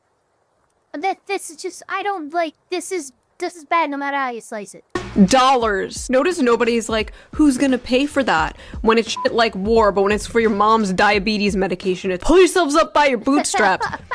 $200 billion while American situations have not gotten any better. In fact, they're just going to get worse now. Everything is going to get more expensive, but Yeah. That's okay, apparently. That's okay. That's not a concern. The U.S. economy is fundamentally sound, and that if... Dude, did you guys hear that since this war started, Pete Hegseth has allegedly used 25% of our stock of Tomahawk missiles? Okay? He has used roughly 400 Tomahawk missiles since the war started. We make on average a little over 200 a year of Tomahawk missiles. That's how expensive and complicated they are to make. So, it's going to take multiple years for us to replenish the stock of Tomahawk missiles we already have, and Pete Hegseth is showing no indication of slowing down his use. He's going to burn through our fucking reserves so goddamn fast. He needs to slow down. He's using these missiles faster than we can make them. That's a problem.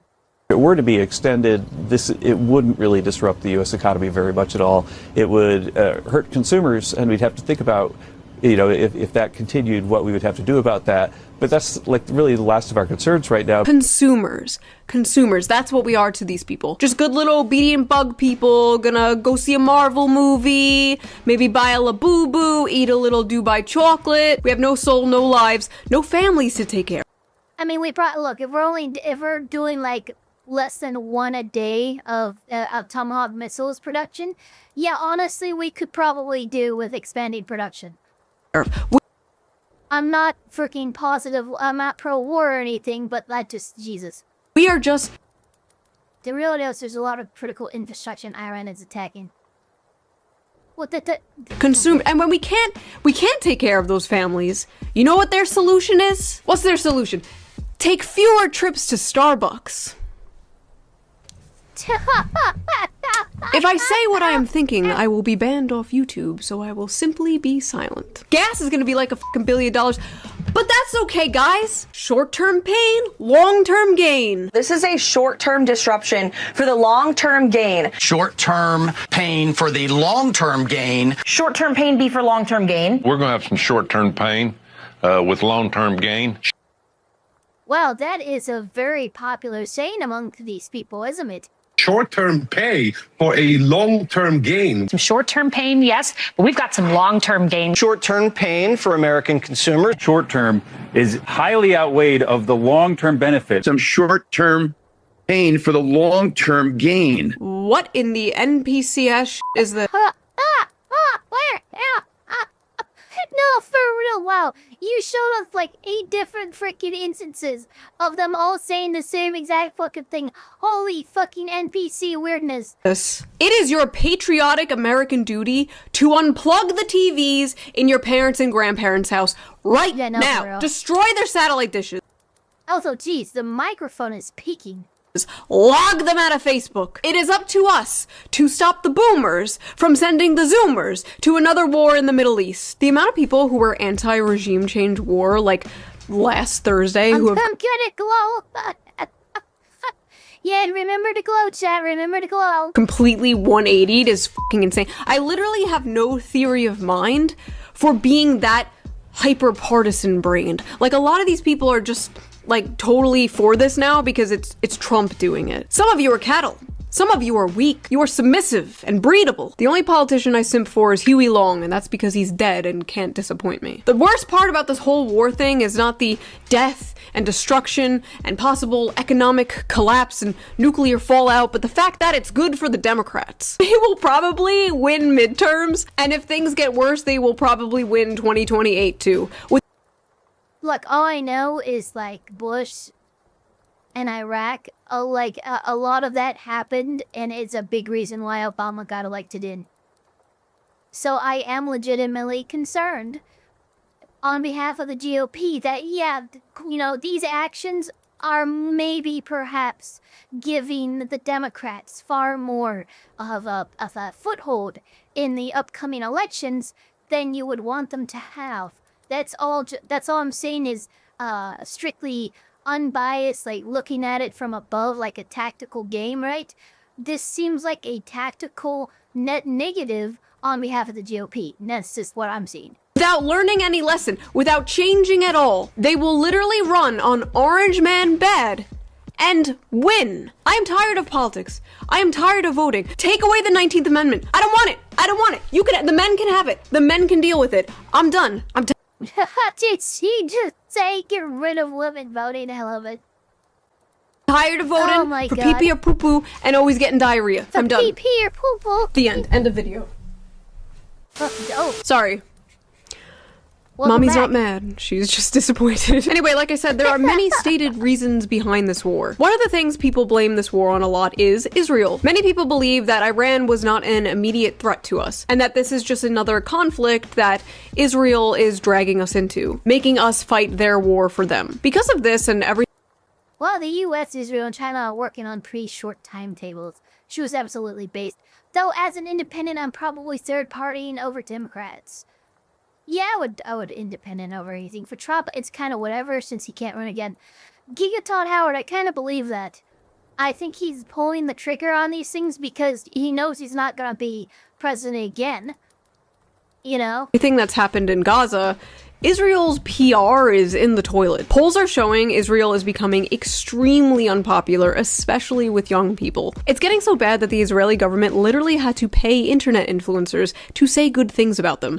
No, I'm not kidding. This is a real thing that happened. It was filed with the US Department of Justice. They undisclosed paid a bunch of YouTubers, TikTokers, Twitter personalities to run defense for them last year, and they are most likely still doing that today. Imagine losing the internet PR war to 20-year-olds with anime avatars making TikTok edits of Jeff. She's got a white monster and I've got a normal original monster. Guess what? I'm better than ShoeOnHead. And look at that. Look at that. She's sneezing. Bless you, ShoeOnHead. Jeffrey Epstein and Agartha. And listen, I know many people are tired of everybody blaming Israel for everything. Like, oh, I stubbed my toe this morning. It was Israel. They associate criticism of Israel with people like Hassan Piker or Candace Owens. They are just tired, and I get it. Hopefully, I can bring some nuance into this discussion. Not everything is Israel's fault, but when it comes to the Middle East in particular, when it comes to American foreign policy, Israel is extremely relevant. This is a historical fact, and if we are going to be attached to the hip to this country, we should absolutely be allowed to talk about it without a bitch in our ear calling it anti-Semitism. It is 2026. We are done with the thought-terminating buzzwords. We are done with the ists and the isms. These don't work anymore. It's not racist to criticize Black Lives Matter. It's not sexist to criticize feminism. It is not anti-Semitic to criticize a foreign country. And frankly, in my opinion, the worst thing you can do for Jewish people right now is conflate the nation of Israel with Jewish people as a whole. Like, what are you doing? Oh, you don't want the world to end in some kind of nuclear holocaust? What are you? An anti-Semite? It's like when there's legislation to give pedophiles the death penalty and people come out like, this is transphobic. It's like, no, it's not. What do you mean what by the that? Fuck are you talking? Yeah, what the fuck do you mean by that? Good to question me. That's crazy, but so true. Just got news that the Heathen group I'm part of is officially a 501c3. Congratulations on being a charity. I think a 501c3 is a charity, right? Mainstream narratives. That's why this entire channel was created in the first place. We are here to criticize the media and the government that has a history of lying to us, especially on topics like this. If you don't think that's totally valid and normal and you think I'm an anti-Semite for this, well, I have been called racist, sexist, homophobic, transphobic for the past 15 years. Honestly, what is one more to add to the list? When this all initially popped off, one of my first It is a form of charity, yes. Okay. tweets about this was this. Many people were confused as to exactly what I was talking about, so let me explain it simply. There are people in our government right now who believe in a biblical prophecy about Israel. Pete Hegseth, Lindsey Graham, Mike Pompeo, Ted Cruz, Mike Johnson, Mike Huckabee.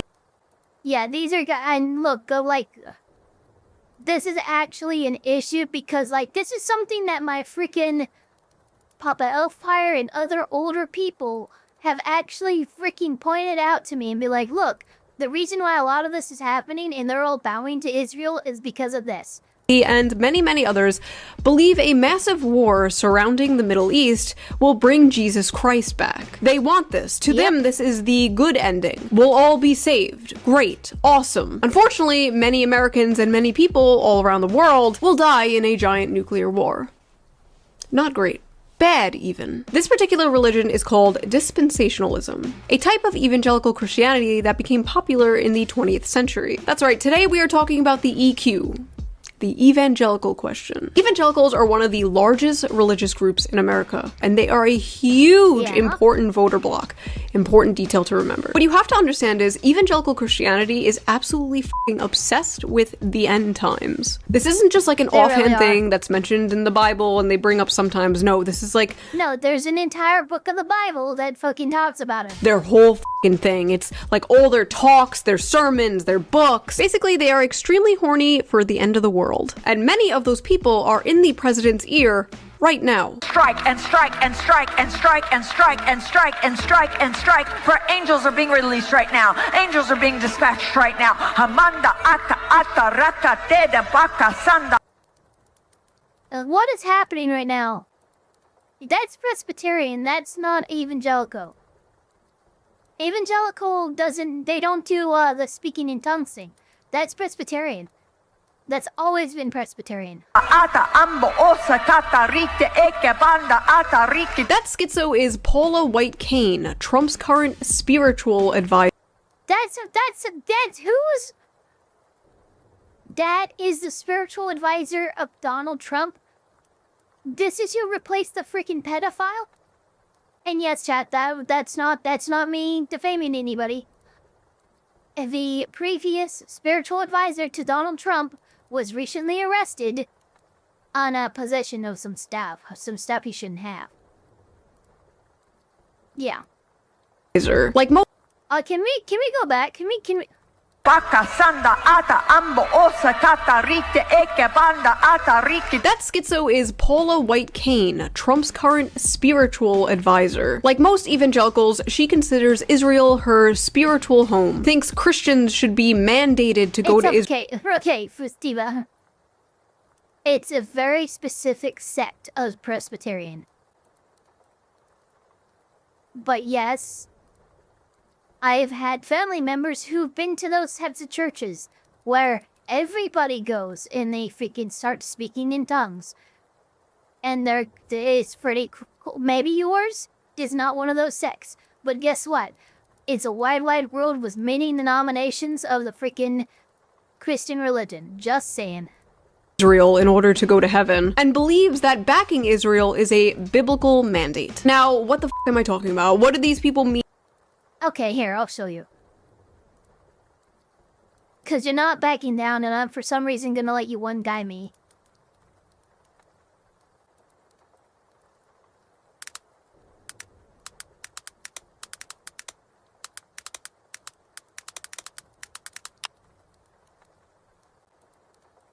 There we are.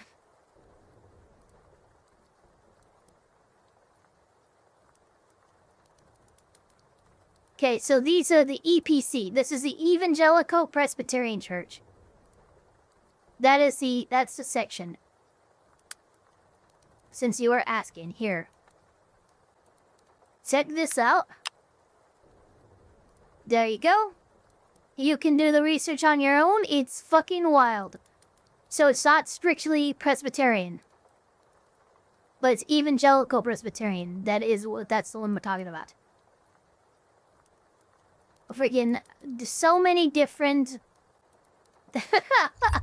freaking denominations of this religion. It's ridiculous. Mean by biblical mandate. Well, thanks to the It is evangelical, yes.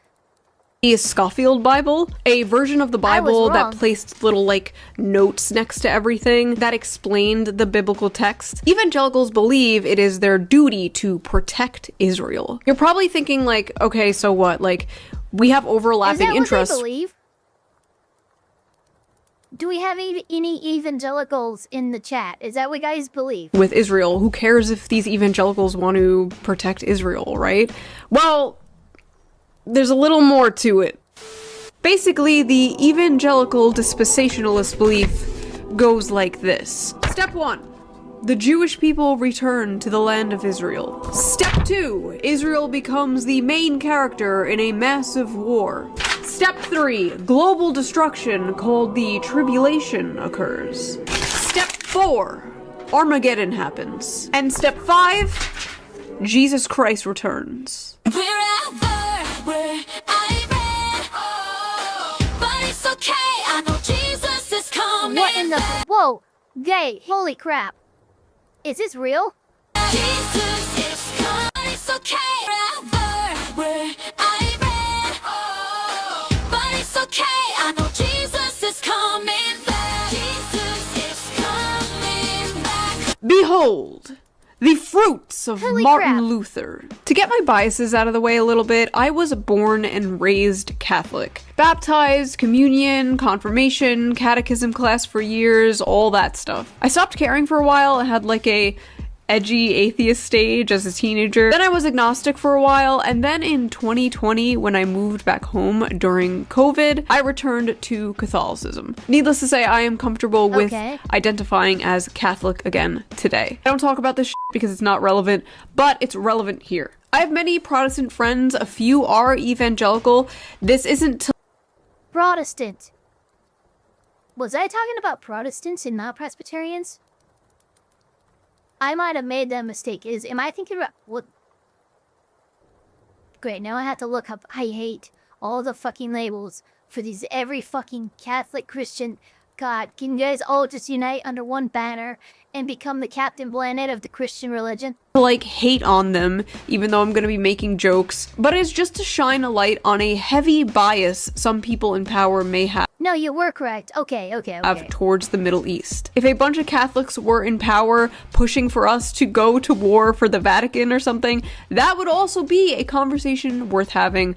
But that is not happening right now. And if you're wondering why Ted Cruz suddenly out of nowhere is sharing like 10,000 word AI slop Twitter essays about how Catholics are parasites, it's because he's butthurt that Catholics don't believe in the same doomsday prophecy about Israel as him and other evangelicals do. Catholics are not religiously obligated to support Israel. Same with Orthodox and honestly, most branches of Christianity. Evangelical Protestants, on the other hand, don't know how to fucking read and think the modern state of Israel is the same Israel mentioned in the Bible. This would be like the fry cook at McDonald's being named Jesus and you falling to your knees and worshiping him as the savior and then blowing up the world for him. I came into Congress 13 years ago with the stated intention of being the leading defender of Israel in the United States Senate. And I've worked every day to do that. Growing up in...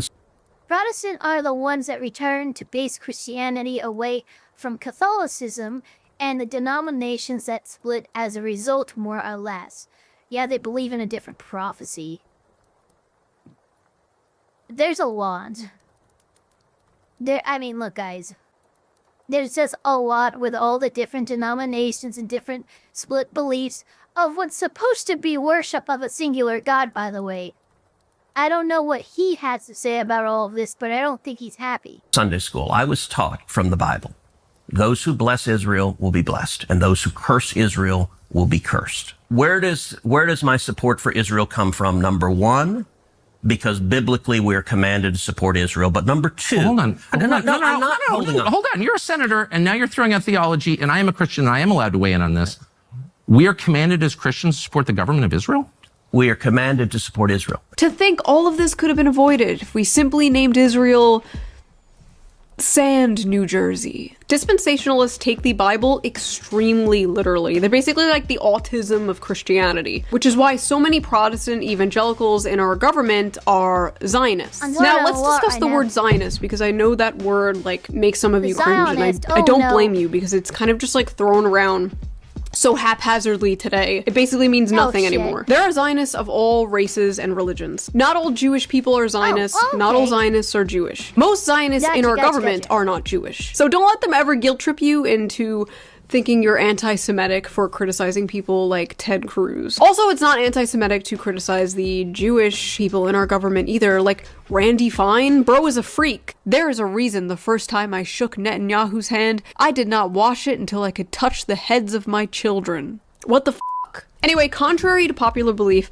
Zionism does not mean when you, like, passively support Israel as, like, a good ally to have in the Middle East. That is not what being a Zionist is. It's like a whole ideology. It's like a movement. Now, one of the major characters who believes in this, like, doomsday lore anime is Lindsey Graham. If you don't know who Lindsey Graham is, you've probably seen him on Fox News a few times. He's been on, like, every single night the past 3 weeks. To make it short, he is the senator of South Carolina, and he is a notorious neocon war hawk. He has never met a war he didn't like. He is basically the real-life version of the Holden Blood Feast meme.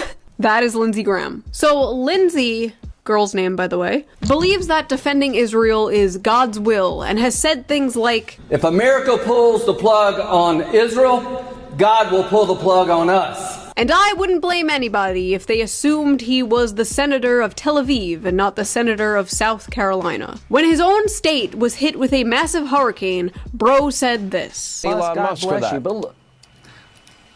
You know, I've been going all over South Carolina like most people. I hadn't slept much. But look what's going on in Israel. They're running out of ammunition in Israel. We have to help our friends. The man even outright says he would support a foreign country over the citizens of America. All the anti-Seminites to all the isolationists, I don't believe. Forget it. I'm not with you. I'm with Israel. I will be with Israel till our dying day. The anti-Semite. Yo, that's what? Is that not impeachable? Can you not like you are a U.S. representative pledging allegiance to another country over the United States? That's crazy. That's fucking crazy. And the isolationists, the isolation, saying you aren't with Americans and are with a foreign country is so fucking insane for a United States politician to say. How is this guy still in office? This is like borderline treasonous. Israel and the United States, you just wait to see what comes in the next 2 weeks. What the fuck? The next 2 weeks meaning what? We're gonna blow the hell out of these people. I'm sorry. Holy shit. Holy, what the fuck? We're gonna what? It's not war if the ball... Thank you, Death the Code. I would love to go to Valhalla over any of this shit, let me tell ya. Balls don't touch. Okay, so Lindsey Graham and Ted Cruz are weird, American last freaks who believe this doomsday shit, but like, who cares, right? There's a bunch of those guys, like, who gives a fuck what they believe? Well, here's the issue. Ted Cruz and Lindsey Graham might be the little birdies in Trump's ear pushing us to do this war. I urged the president to launch this attack. As you noted, I was with him. Oh god, yeah, well he just fucking said it right there now, didn't he? Pretty much the entire day on Friday before the attack launched on Saturday. Pretty much the whole time he was asking me what I thought we should do on Iran. And Lindsey Graham apparently had direct contact with Netanyahu to help make the case. B-O-O-M-E-R, please, your dusty mood don't vibe with me. You are old and so therefore I must say 10-4 dinosaur. On Iran, Graham traveled several times to Israel in recent weeks, meeting with members of the country's intelligence agency. They'll tell me things our own government won't tell me, he said. He spoke with Israeli What in the fuck am I reading right now? This isn't okay. Prime Minister Benjamin Netanyahu, coaching him on how to lobby the president for action. Netanyahu showed the president intelligence that persuaded Trump to go ahead, Graham said. Ah yes, Netanyahu, someone we should definitely listen to when it comes to this subject. There is no question whatsoever that Saddam is seeking and is working and is advancing towards the development of nuclear weapons. No. I didn't realize he did this. This was before my time, but there he is. There's that motherfucker back way 20 years ago or whenever. Going, yeah, guys, I promise they've got them weapons of mass destruction, guys. Question whatsoever. No question whatsoever. Fucking crazy. It's crazy how I literally... I'm sorry. One more time. It's crazy how I literally warned about this happened. Like months ago, I literally warned the administration, keep away from Lindsey Graham. Trump, listen to me. Wait, Trump doesn't watch this shit. Vance, listen to me. Get people like Lindsey Graham far away from anyone in power right now. This little Venezuela stuff was cute, but we are not touching any other countries. We are not touching the Middle East, especially. No more Middle East. We all have Middle East fatigue. I just need to say, I don't like being the astronaut or KD astronaut. You're gonna have to explain to me what a chinibio or chinibia, a chinibia. I don't know what that is. But if you define it, I might identify as it. I just don't know what the fuck that is. Correct about this stuff, I would rather be wrong. I would love nothing more than to be f***ing wrong about everything. If we don't put boots on the ground, if we don't create a new forever war, that would be the best thing ever. You can come back to this. Yeah, honestly, look, yeah, that's what I'm banking on, you know? I sadly don't think that this is gonna be a short-term war, but I hope to God it is. And here's the thing, I think anything short-term will be less than 6 months. I'm giving them half a year. I think that is more than fair. But if it's 7 months long, it's a fucking long-term war for me. Okay? So, 6 months, okay? You got 6 months, and that's already too much in my opinion. But I'll give you 6 months. I'll give you half a fucking year. 180 days. Video and say, na boo boo, you were wrong. And I would be like, hell yeah. Fantastic. That would be wonderful. I will personally write a handwritten letter apologizing to Cat Turd for not trusting the plan. I don't know what the f is gonna happen. All I know is I saw a commercial for the military with white men in it. So, not a good sign. And right now, as I am making this video, our good friend Lindsey Graham is talking about putting boots on the ground. Here's what I tell President Trump. Keep it up for a few more weeks. Take Carg Island, where all of the resources they have to produce oil. Control that island. Let this regime die on a vine. Is this going to, though, take Carg Island? Is it going to involve U.S. troops on the ground? We did Iwo Jima. We can do this. We did Iwo Jima. We can do this. What the f? For those unaware, Iwo Jima was one of the most brutal battles of World. Yeah, it was bad. Iwo Jima was fucking horrible. I mean, Jesus, oh my god. What a fucking reference and a comparison to make. Oh my god, this is supposed to be like Iwo Jima? Fuck you. World War II. About as many Americans died in that battle than all of the Iraq and Afghanistan war combined. This guy's a f***ing freak, dude. Also, who the f*** is we? We? You enlisting Lindsey Graham? Bitch. Well, we have the best chance in 2,000 years when Iran is neutralized. I'm sorry, I thought this war started in 1979, when the Iranian Revolution overthrew the puppet government we installed in the 1950s. But I guess I was wrong. This war actually started 2,000 years ago. That's right, it's not about weapons of mass destruction. It's not about bringing democracy to Iran. Turns out we're fighting an ancient desert war. Exactly what MAGA voted for. Another factor that is relevant to these warmongers banging on the war drum is, of course, money. Ted Cruz and Lindsey Graham receive a ton of money from AIPAC. Many politicians in our government are paid by AIPAC, Democrat and Republican, which is why you probably don't see a ton of anti-Iran war stuff coming from even the Democrats, when they would usually jump on literally anything to make Orange Man look bad. The only thing Democrats and Republicans can agree on is protecting pedophiles and war. Great. AIPAC stands for the American Israel Public Affairs Committee. Now, you might sometimes see people bring up, like, AIPAC money. Like, oh, this guy takes AIPAC money. And maybe some of you don't really understand, why that's a big deal. So I'm going to explain it in a nuanced way you can hopefully understand. The reason why people don't like big money being involved in politics in general is AIPAC legends. Now, lumpy silk skin Jesus.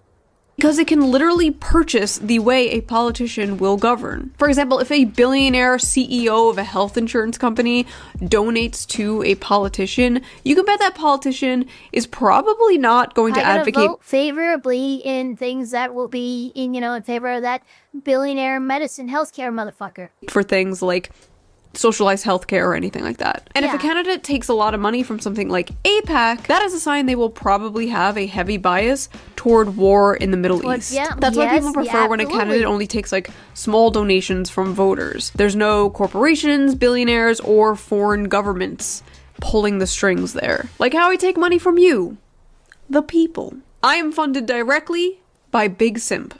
Some politicians get paid a lot by AIPAC, and some politicians sell out for the price of a Big Mac and fries.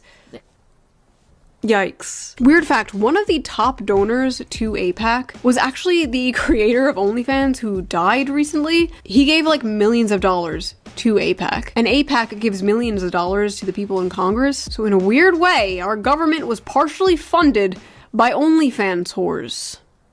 Checks out. But you gotta understand, a lot of these guys would do it for free. Hypothetical.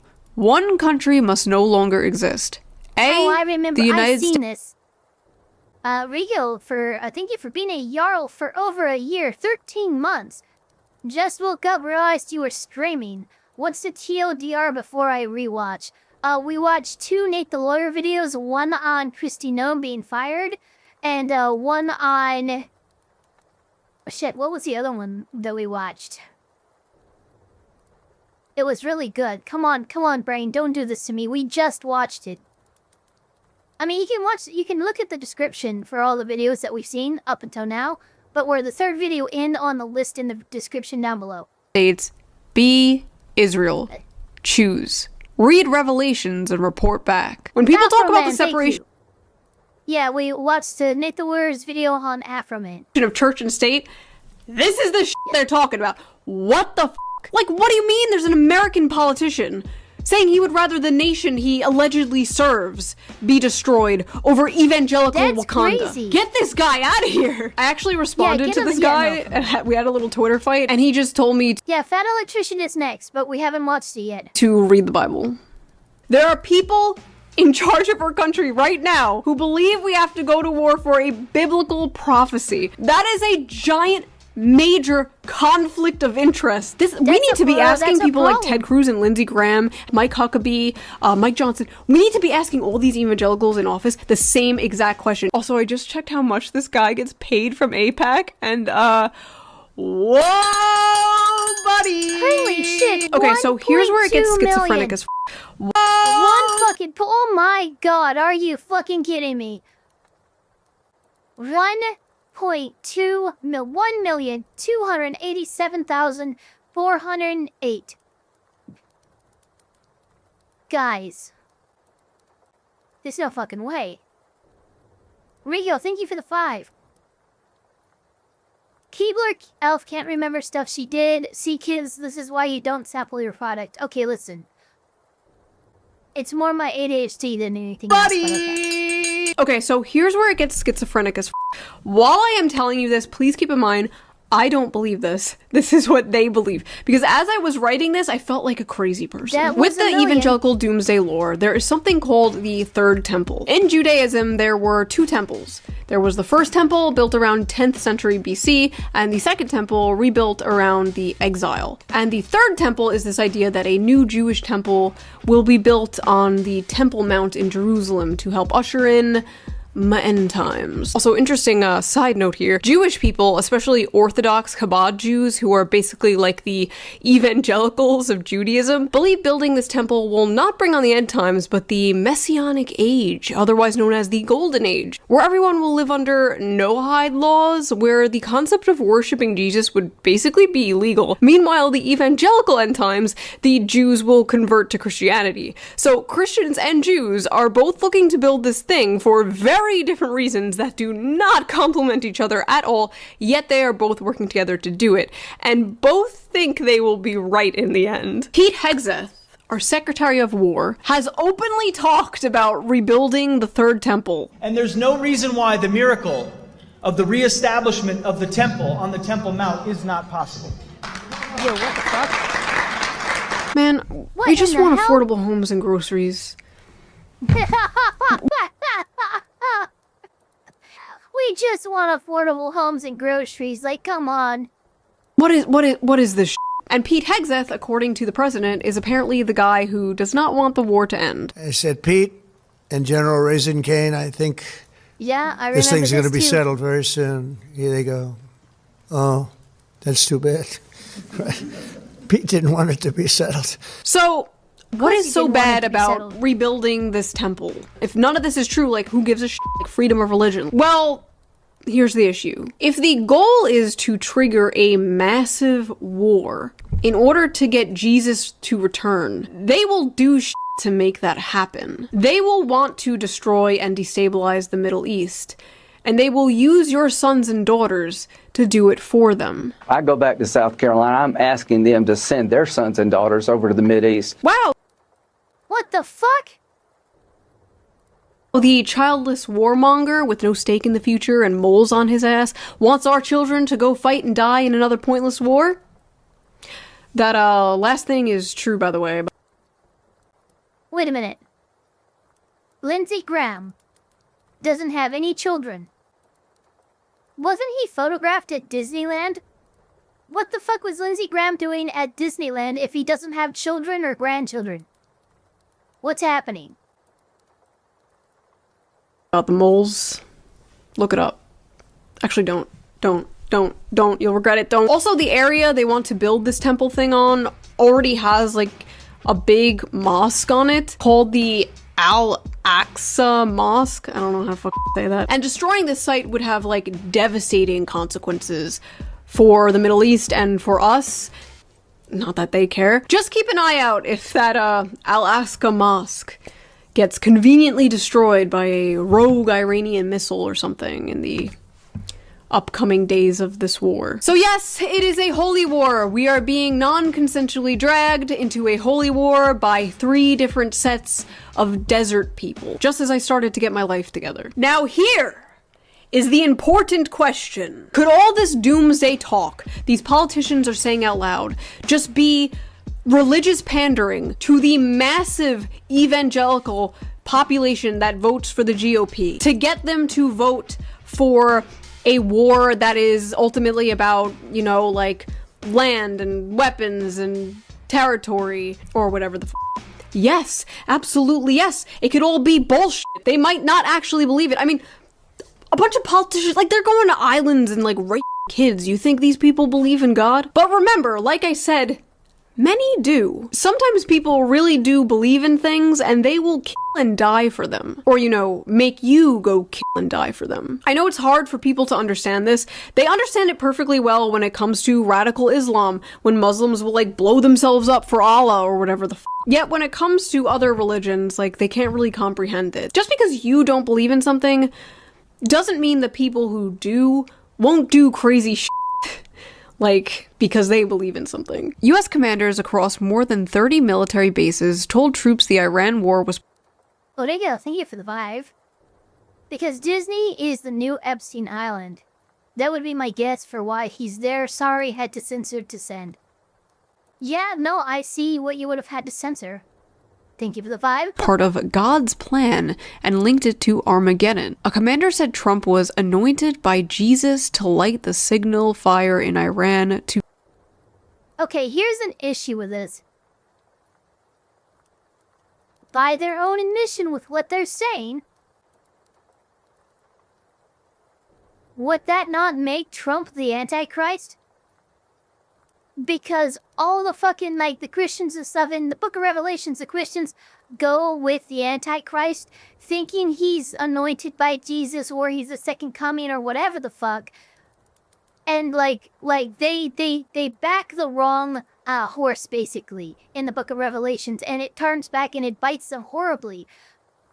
If they're admitting and saying that, yeah, this is all according to fucking prophecy in the end times, you're also admitting that Trump's the Antichrist. Again, I don't believe any of this, but that's what this would fucking imply. Cause Armageddon. The Military Religious Freedom Foundation says it has received over 110 similar complaints describing the war as biblically sanctioned and a sign of the Christian end times. So here's the question. Oh my God. Does Trump believe in this? No. No, I don't think so. But the people around him do, and they talk about it all the time. And after Trump was like a millimeter away from being brutally and horrifically assassinated on live TV, probably not good or healthy that he has people like Mike Huckabee in his ear, the United States ambassador to Israel, saying this in regards to bombing Iran. Mr. President, God spared you in Butler, Pennsylvania to be the most consequential president in a century, maybe ever. The decision on your shoulders I would not want to be made by anyone else. You have many voices speaking to you, sir, but there is only one voice that matters. His voice. I am your appointed servant in this land, and I am available for you, but I do not try to get in your presence often because I trust your instincts. No president in my lifetime has been in a position like yours, not since Truman in 1945. Oh god, with the fucking World War comparisons. I don't reach out to persuade you, only to encourage you. I believe you will hear from heaven, and that voice is far more important than mine or anyone else's. Jesus You sent me God. to Israel to be your eyes, ears, and voice, and make sure our flag flies above our embassy. My job is to be the last one to leave. I will not abandon this post. Our flag will What not in come the down. You absolute did not hell? seek this moment. This moment sought you. It is my honor to serve you. Mike Huckabee. Not since Truman in 1945. What did he mean by this, chat? In conclusion, Evangelical Wakanda is an interesting aspect to all of this to consider. It might not be the only cause of the war. I don't think it is. I think there's many different reasons. But I think it is pretty important to consider the fact that there are people in power right now who are very close to the President of the United States who may be a teeny itsy bitsy bit biased when it comes to war in the Middle East. Also, draft Lindsey Graham. That is all. Thank you for your attention to this matter. If you guys want a completely uncensored version of this video with no bleeps, donate to my Patreon, link down below. All Patreons get a raw version of each video a day before. Become a member of Big Simp today. Also, big shout out to Ground News again for sponsoring this video. It was hard to get a sponsor for this video. I was about to do it with no sponsor, and Ground News was like, sure, we'll do it. Talk about whatever you want. Like, that's based. That's based. Go give them some love. And I will see you guys next time with a slop video. I promise. Sure. And now you're a political tuber now. No more slop for you.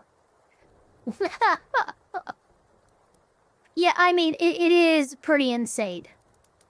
Like no matter what side that you land on here, I think it's pretty insane that we are more or less at war with Iran. Like, Trump might be... I mean, Trump has called it a war a few times, but he also calls it a military operation because he knows that a war would require congressional approval, of which he has not obtained. That being said, let us go ahead and move right along to a much more lighthearted, but still somewhat alarming video made by the Fat Files and collaborated with a creator named NateTheLawyer, aka Internet Esquire, and this video is titled "Subway Might Give You Hepatitis." I think this is actually referring to the one time there was a Subway sandwich that was linked to contracting hepatitis, but I think it happened years ago. And it's like a one-off fucking thing. It's not something that is actually like an act of chance. It's just something that actually happened. That being said, let's go ahead and get right into it.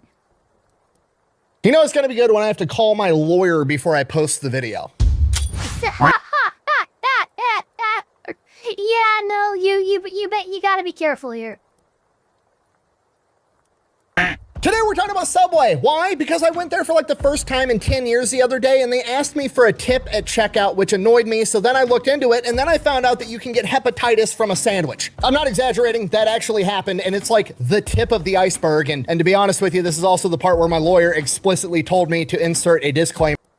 Thank you so much, Rico, 92 for the 10 gifted Elfpire memberships. Is it not? Hello? Hold on, it has to... Yes.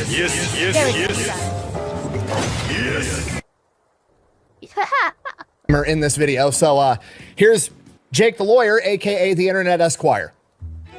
Okay, here's the deal, Subway Group, now wholly owned by affiliates of Rourke Capital and formerly known as Pete's Super Submarine Sandwiches. My client, the Mr. Fat Electrician, is providing in this video true or substantially true information derived from reasonably reliable and publicly available material. There are no known falsehoods made, and any analysis of the material presented is made solely for the purposes of news reporting, protected commentary, or new understandings. In no way is this video or the things said by my client in this video, in any medium now known or hereafter devised, throughout the universe and in perpetuity, in any way a sponsorship or endorsement of Subway Group. And any so-called conclusions drawn by my client as a result of the material are that of opinion. Mark of Reality, thank you so much for the 10 gifted memberships. Let's see if this will actually work. Yes, yes, yes, yes. Yes. Perfect. Okay, look at that. No scuff on that one. Satire, or are otherwise accurate depictions preserved in their full context when not otherwise artistically interpreted for the purposes of valuable public commentary. And notwithstanding the foregoing, we reserve all right, title, and interest in and to the presentation of the materials presented in this audiovisual format, and with God as our witness, pray that no binders be bound against you as a result of this video. I'm Jake the Lawyer, signing off. Alright, in case you can't tell, absolutely freaking based. Oh, holy crap, that was amazing. This video is going to be unhinged, so let's just get the ad out of the way now, and then we can watch my blood pressure rise for the next 15 minutes straight. This video is brought to you by Supremacy World War III, a free-to-play online PvP strategy-based game available on mobile and desktop. It is based on a World War III type scenario. That out, let's get back to the video.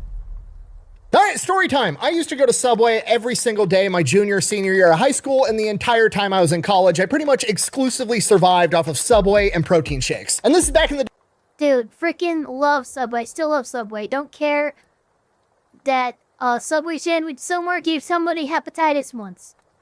That's a one-time thing. It's unlikely to ever happen again. When that Jared from Subway guy that lost a bunch of weight was still in every other TV commercial and plastered all over billboards all over the country, and footlongs were $5. So when I went into Subway the other day for the first time in like 10 years, I was expecting the price, you know, probably went up a little bit. Inflation, everything going on. It's probably not $5 anymore. That's fine. I go in, I have my sandwich made, I get to checkout. My sandwich was like $19. They said market price. So right out. Jesus Christ. 4 times as expensive as it used to be? The gate, there's some sticker shock, but immediately I'm looking for silver. Oh my gosh, NateTheLawyer, thank you so much for the 10 gifted memberships. But we are going to need to say, we're gonna need to change the clip, so here. We need to stop talking about Philia's tight little body when she's not present. It feels bad, it feels wrong. Her tight little body will be yours eventually.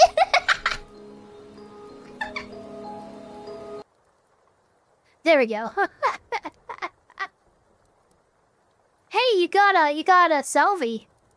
That's one of my mods, and also a great newstuber.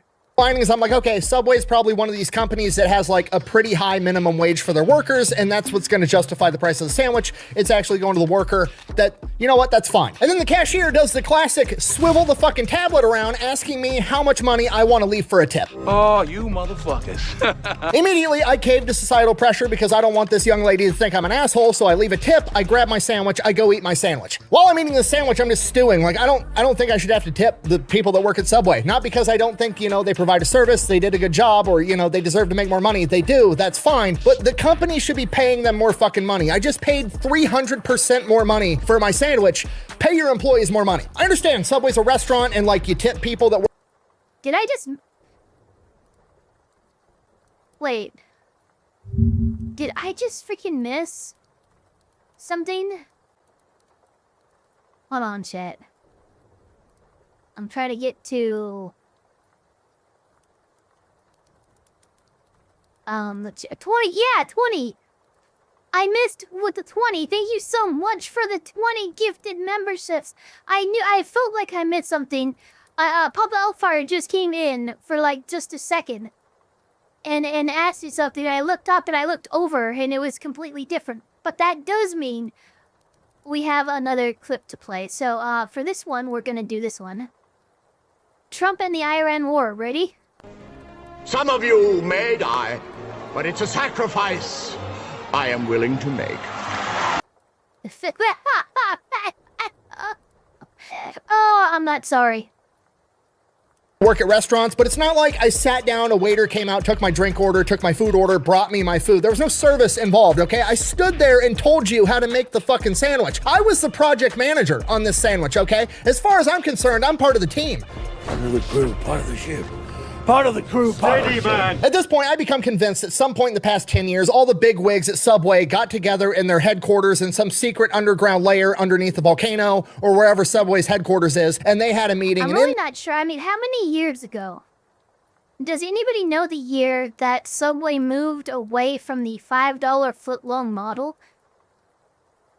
If somebody does have that information offhand, let me know. That meeting, they were like, okay, guys, we need to pay our employees more money. Option A, we can raise the price.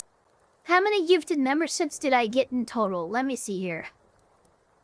That'd be 20, 30, 40, 50. 50. 50. I think wasn't that 50.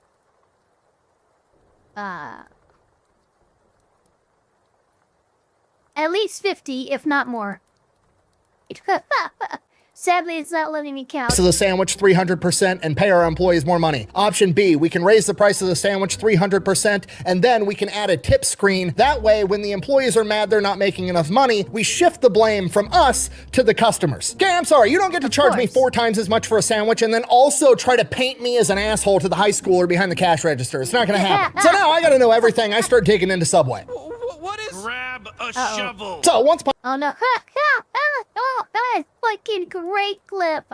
Amazing clip to years. Holy shit. At a time, 1965, there's a 17-year-old kid named Fred DeLuca, and he wants to go off to medical school, but he doesn't have enough money to pay for it. So he's like, hey, my family has this rich friend. He's a nuclear physicist. He's got all kinds of money. I'm going to go to him and ask for his advice, probably secretly hoping that the guy's just going to offer to pay for my college. To his surprise, instead, nuclear physicist guy is like, I'm not going to pay for your college, but I will give you $1,000 to start a sandwich shop, and me and you can go into business together, and then you can use the money from the sandwich shop to pay for medical school. And $1,000 in 1965 is like 20 grand today, so not an insignificant amount of money. So they open up Pete's Submarines, which is the original name for Subway, and for the first couple of years, they don't really make any money, and a humongous problem they have is people keep calling to order pizza.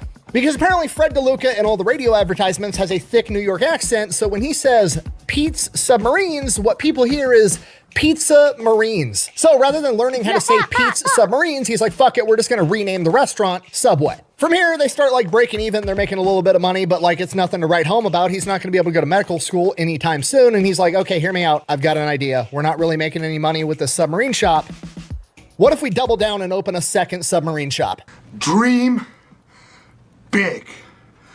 Right? Basically, he uses reverse psychology into tricking people to come in to eat these sandwiches because when he opens up a second location, people are like, oh my God, they're opening up second locations. They're expanding. They must be delicious. And he starts getting more business. Some of the best advice I've ever heard in my entire life when I was in the military was fake it till you make it. And that's exactly what they're doing here. And it works. Now, ultimately, this is going to be their downfall. But at the time, it makes sense. Fred identifies, hey, rapid expansion is what's making money. We're going to keep rapidly expanding. More locations, more money, more market dominance.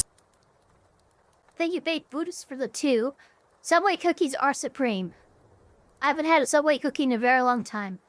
Makes sense. So they start opening up Subways everywhere, and then they start franchising, which is, you know, basically, hey, you can use my branding, you can use all my vendors, I'll show you how to do this job. You pay me a bunch of money to open up a Subway, and then you give me like a percentage of your cut, and then they just start opening up franchises all over the United States. And this is actually brilliant for Subway because Subway has a ton of advantages when it comes to franchising. Because Subway, they're just making sandwiches. They don't need deep fryers. They don't need a big cooktop. They don't need all the stuff that other restaurants need. They don't need a ton of special equipment. There's not a bunch of special training. Everybody on the planet knows how to make a sandwich. So the overhead to open up a new restaurant is extremely low. The amount of training you have to give employees is extremely low. And the amount of space that you actually need to have a functioning Subway is also extremely low because, again, they don't have ovens and deep fryers and all that other shit. Which also means that it's really cheap to start a Subway because there's not a lot of overhead. So you could open up a Subway for like $150,000 to $200,000, where competitors like McDonald's are like $2 million to open up a McDonald's. And this is where Subway's fixation with hyper expansion starts to bite them in the ass because, again, that's all they care about, just more Subways. More Subways is the answer. More Subways equals more money. Typically, with a franchise, the franchising company, like Subway or McDonald's, is committed to making sure that their franchisees, aka their restaurant locations and their owners, are successful. There's a lot of ways that they do this, and one of the big ones is typically having territories. So like Chick-fil-A or McDonald's will look at a city and be like, okay, this city has one McDonald's, it's big enough for two McDonald's, but we're gonna stick it on the other end of town so both of these franchises can be successful. Subway, on the other hand, doesn't appear to give a shit because remember, all they care about is having more Subways. More equals more money, so they don't care how close they get put together, and there's Subways across the street from Subways all over America. I'm not exaggerating. In my small town in Iowa, there's 3 Subways, and 2 of them are in the same parking lot. One of them is in Walmart, and the other one is like 200 yards outside the front doors of Walmart as a standalone Subway. So obviously, they start cannibalizing each other's profits. They're literally competing with themselves. And that's not even the worst part. The overall franchise agreement, I've looked into a lot of restaurants to have franchising. This is the worst one by far. I would be shocked if it's not the worst one on the planet. Not only if you open up a Subway, will they let somebody else open up another Subway right across the street and cannibalize a lot of your profits, they also have like the highest franchise fee that I've ever come across at 12.5%. And a franchise fee is taken from gross revenue, not gross profit, meaning before you even take out all the costs of running this business, Subway's taken 12.5% right off the top. To put it into perspective, McDonald's franchise fee is 8%. So Subway's is 50% higher for a much simpler business. And that's not even the worst part. In the Subway franchise agreement, well, in every franchise agreement, really, there's, you know, terms where you can revoke somebody's franchise. Basically, like if a McDonald's or a Chick-fil-A isn't living up to the McDonald's or Chick-fil-A name, they can take away the name so you're no longer a McDonald's or a Chick-fil-A. Yeah, there's a famous story of a Burger King that happened like that. They got kicked out of the franchise, but they just decided to keep using the branding and shit. But there was some crazy fucking complaints and stuff that were coming on because the franchise started using like blank paper bags and stuff like that. Like it was really, really bad. But like, yeah, you can be kicked out of a franchise. You don't ruin their reputation across the entire country. And Subway has the same thing. That's fine, but theirs is intentionally broad and they can basically take your location from you for a wide variety of reasons, and they've been taken to court multiple times being accused of nitpicking minor stuff to take over very profitable locations. Including in 2005 when they seized 2 Subways in Dallas, Texas from a lieutenant colonel in the Army Reserve who was actively on deployment in fucking Afghanistan. Now, to be fair, I don't know what they're Oh no. That does not sound good at all. justification was for why they seized the locations, but considering the fact that in 2009, Subway lost the court case to said lieutenant colonel because they deemed it illegal, I'm gonna say they weren't fucking good enough. But hypothetically, just for fun, let's just say they were good reasons. Subway corporate identifies 2 restaurants in Dallas, Texas that aren't living up to the Subway standard, and they're like, what's going on here? What should we do? Oh, the owner's on deployment in fucking Afghanistan and isn't there to run it appropriately. Should we A, step in and help during the most stressful time of their entire life, presumably? Or should we B, repo their businesses, take their family's livelihood, so that while they're also fighting a war, they can deal about their family back home? Thank you so much. Whoever did that, thank you so much for fully funding a chef herb and spice kit. Fun little bit of lore. I have actually managed to, with Papa Elfpire's help, of course, upgrade our cooking situation. Since I got here, I've been cooking on a camping stove, which is nice, but it's also quite limited. Right before I left on hiatus for about a week, we managed to get a home-sized kitchen range 4-burner stove with an oven that has a conversion kit that allows me to connect our propane tank to it. So I have much more open abilities to cook now, and that gift will come very much in handy. So thank you so much for that. losing their business. Huge W for corporate Subway. Makes them look great. I'm sorry, I'm getting horrifically sidetracked, but you guys get it. The franchise agreement is complete and utter bullshit and has been for the majority, if not the entire time Subway's been in business. Back to the timeline. In the 1980s and the 1990s, And Subway is yes, I can bake cookies now, but I fucking never will. growing like crazy, and then in 1999 they have their first major scandal when 32 people in Seattle got hepatitis from 2 different Subway locations for eating a sandwich, one of which was a 6-year-old boy who— Wait a minute, what the fuck? Subway franchise faces claims from over 31 hepatitis A victims. In Seattle, Washington, a class action lawsuit was filed today in King County Superior Court against the 2 Subway sandwich shops implicated in the recent hepatitis A outbreak. The named plaintiff is Anita Shuroff. Ms. Shuroff ate a sandwich purchased at the Subway located at 1802 16th Northeast in Shoreline on September 9th of 1999. On October 15th, she began to feel weak and dizzy. She also suffered severe nausea. She had numerous visits to the doctors and repeated lab tests. She had been unable to work for several weeks because she had been exposed to this virus. She is no longer able to give blood or donate an organ. According to the Seattle-King County Department of Public Health, 31 Washington residents have reported contracting the hepatitis A virus since October 15, 1999.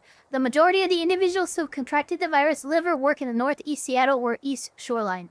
An investigation by the Health Department has determined the likely sources of the outbreak to be 2 North Seattle Subway sandwich shops. See a release from the Seattle-King Company Department of Public Health. Unfortunately, the number of victims is likely to rise because the incubation period can be several weeks, and there is a substantial risk of person-to-person exposure, said William Marler, a partner at the Seattle law firm of Marler Clark. So there you go, chat. Actually, quite a bit more than just 1 or 2 hepatitis victims. Looks like 31 at minimum. Different Subway. Never, unfortunately, what?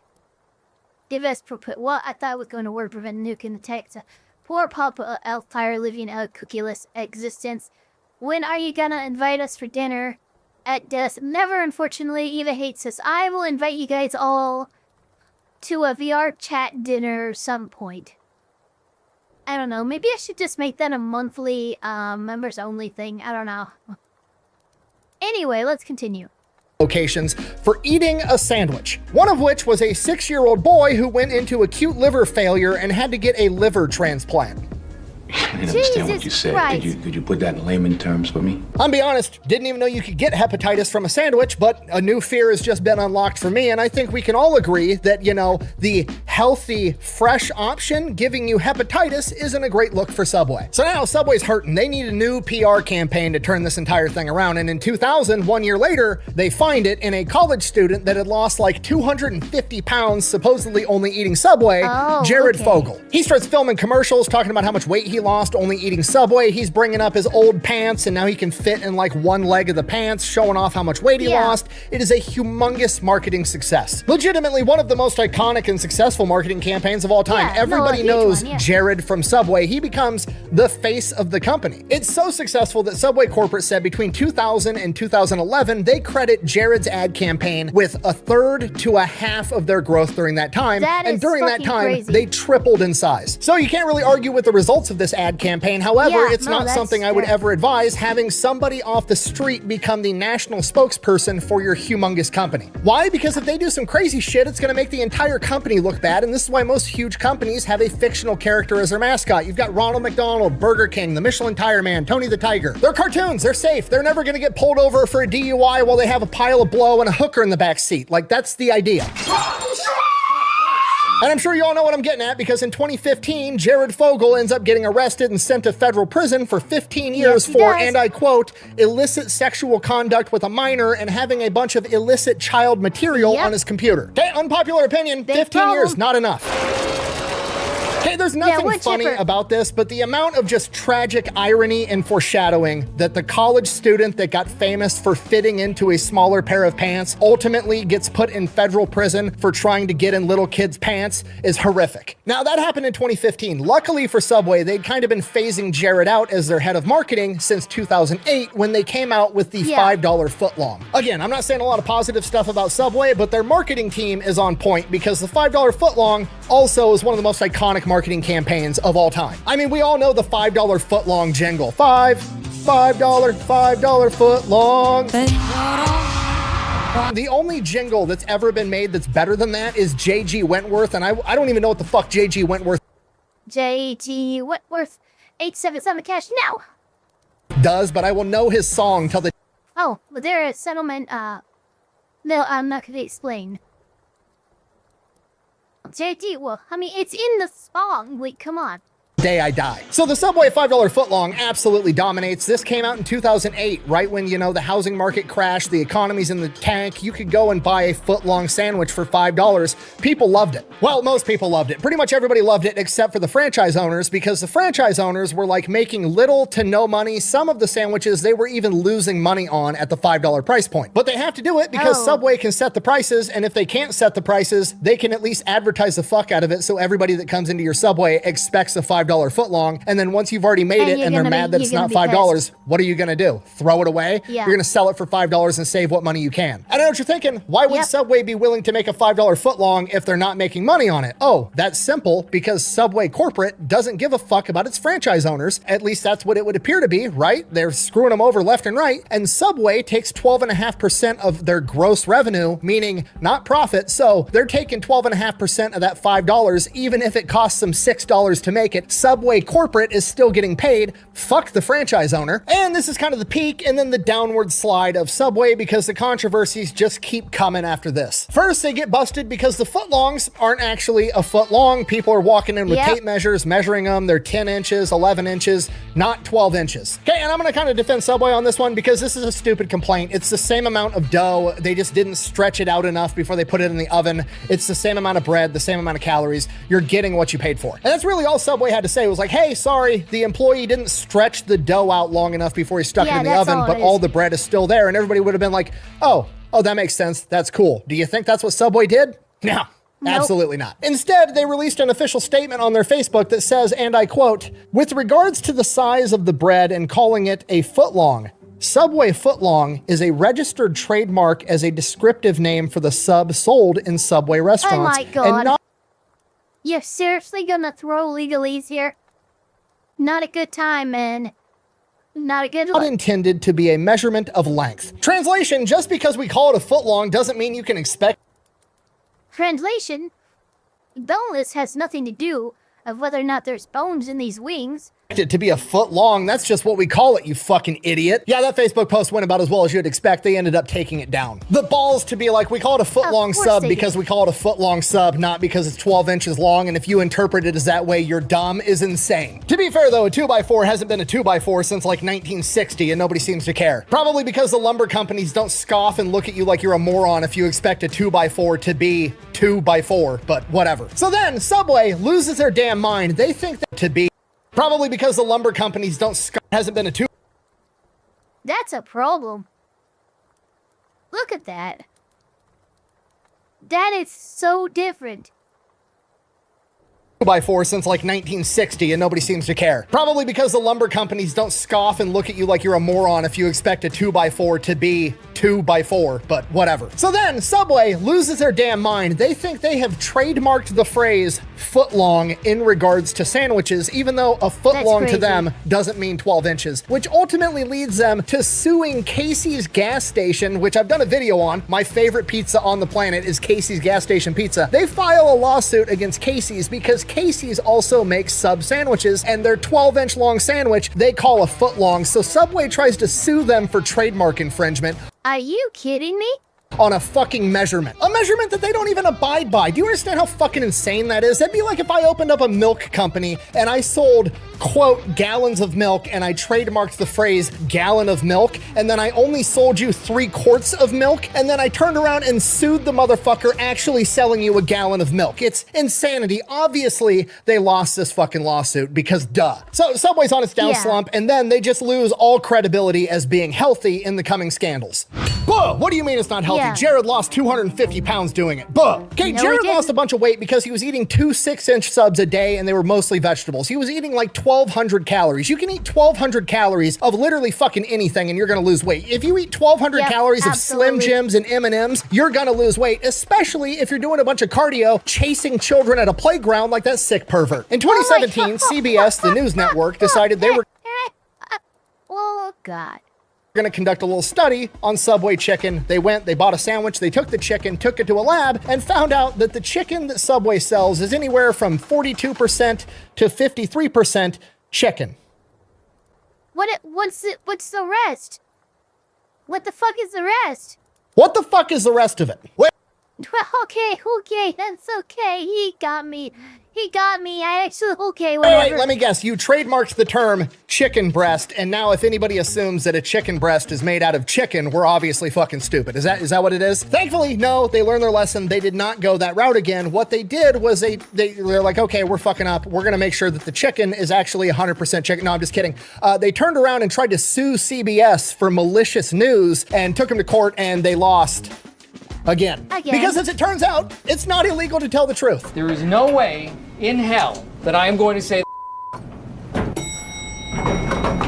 Oh, I'm really worried I'm going to say it. Then in 2020 in Ireland was instituting a new tax where they were going to, have to tax more on food made in restaurants. And so. Oh God, I remember this. So Ireland came out with a tax on different kinds of food. And I think they now this is just me based on memory, so I could be wrong. We're gonna see. But if I remember right, there was a certain tax on bread, and Subway was trying to argue that their bread wasn't bread enough to be considered for the tax. Yeah, the bread is cake or something like that. Subway came to the table and they argued, well, Ireland has certain staple foods that you can't increase taxes on, and one of those staple foods is bread, and we make all of our bread fresh in our restaurants. We should be exempt from this tax. Okay, not a big fan of Subway right now. I'll admit it. I'll be up front. However, that's a reasonable point, and Ireland agrees. And Ireland is like, okay, we hear you. Send some bread off to the lab, and we'll take a look at it. They send the bread off to the lab, and the Irish Supreme Court comes back and says, there's so much fucking sugar in this bread, you're not legally allowed to call this bread in the country of Ireland. You have to classify this as cake. You're selling cake sandwiches. And all of this just keeps coming out one after another after another. It's promoted by a pedophile. The franchises aren't making money. The foot-long sandwiches are only 10 inches long and they're not bread. They're made out of cake. Half the chicken inside the chicken isn't even fucking chicken. Obviously, it leads to the public perception that Subway isn't that fucking healthy. And while all this is going on, they get rid of the $5 footlong and jack the fucking prices through the roof and then add a tip screen at checkout. Needless to say, Subway's in the fucking tank. They've closed down 7,600 locations since 2015, and they're closing down hundreds, if not thousands of locations. That's a lot to close down. Every single year, and they are on a humongous decline. And this entire thing is just a textbook example of shitty leadership ruining an A-grade idea, because a Subway franchise was a golden idea, a brilliant idea. Super cheap to start up, didn't need any specialized equipment. Everybody that knows how to breathe and chew bubble gum can learn how to make a sandwich in like 5 seconds. It was so easy to make a ton of money, but instead, Subway corporate was like, we're gonna make as much money as possible and fuck over all the franchisees, even though they're on our team. All they had to do was be like, hey, we're going to structure this in a way so that the franchisees are winning, then we're going to win, and everybody's going to fucking win. But no, they took the easy way out to make as much money as they could, as fast as they could, and they didn't give a shit about anybody else, and it tanked the entire company. They ended up selling to Rourke Capital in 2024, which owns Jimmy John's and Arby's and a bunch of other restaurants, so hopefully a lot of this bad leadership stuff is gone already, or if not, it's getting phased out. Also, I've talked an outrageous amount amount of shit in this entire video, so I want to take a minute and just be like, hey, I understand if you're mad at Subway right now too. I am as well. However, your local Subway branch probably isn't owned by Big Subway. It's probably owned by somebody in your community that's just trying to make a living making sandwiches, and don't take it out on them. It's not their fault, and they're probably a lot more mad at corporate Subway than we are. Trust me. Thank you for watching. Best way to support the channel is go buy some merch, maybe drink some Echelon. Links for both of those are over at thefatelectrician.com. Quack bang out. Very nice. Good Don't video. forget to go check out Supremacy World War III, unlock your railgun, and go conquer the British. Look, I'm not playing that game. Alright, chat. So, thank you so much for spending the last 3 hours reacting to content with me. Don't forget to like, comment, subscribe, hit that notification bell as hard as you possibly can while I rapidly figure out who we're going to raid out into. And we will, of course, see you all on the next one. See here, redirect. Let's see who is on. Pipkin, Salvi, Velocity, Dogie Bird. Is Mizu on? No. Okay. I guess I'm gonna throw you guys into